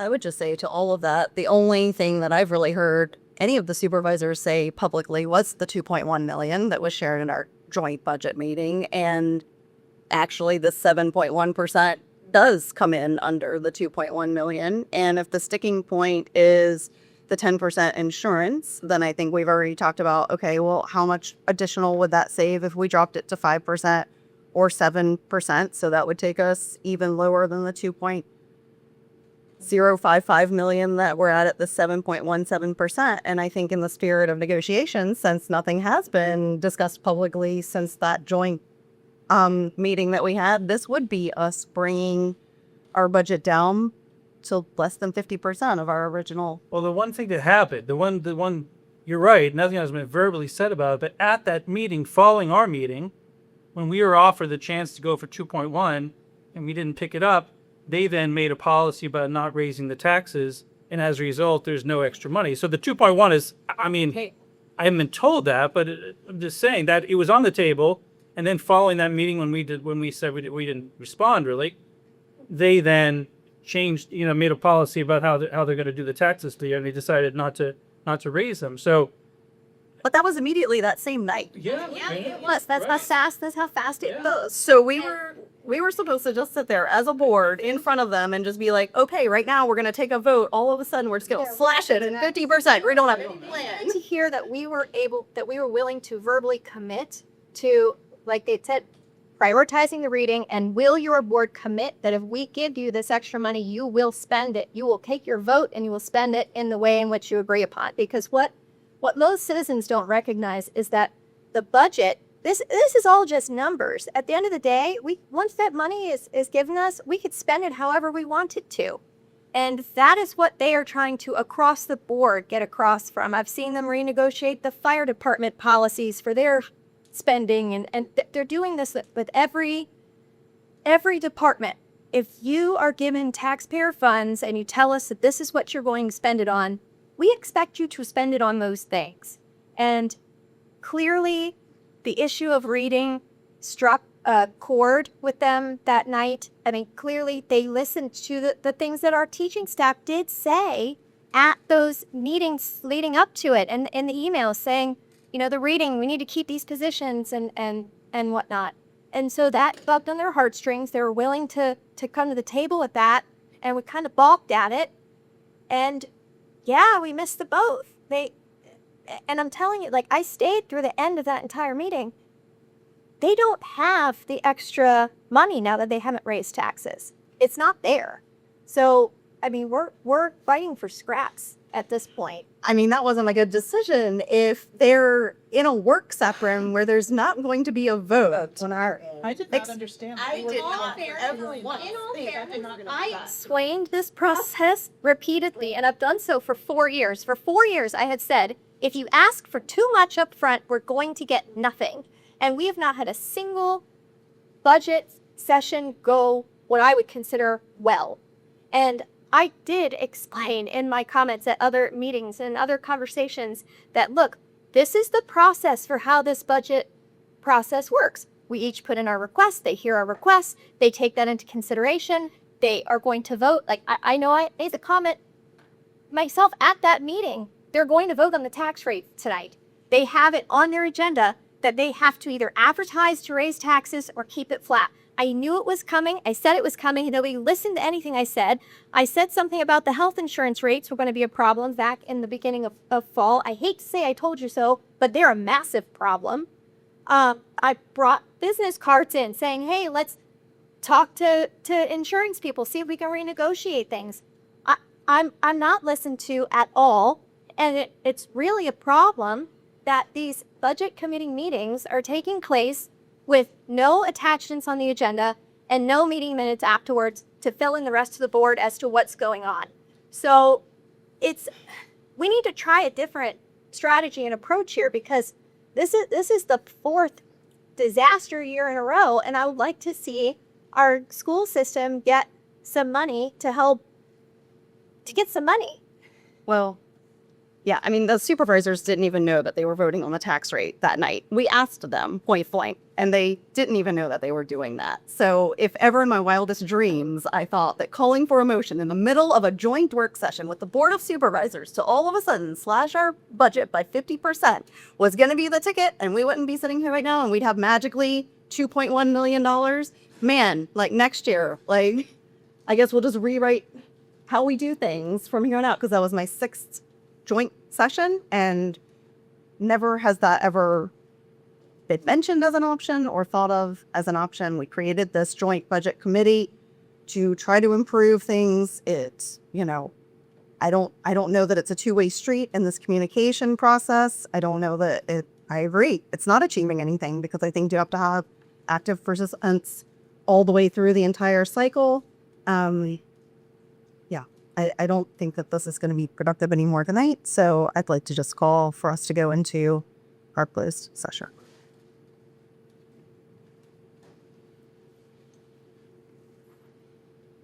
This motion is made that this open public meeting of the Warren County School Board become a closed meeting pursuant to Virginia Code Section 2.2-3711.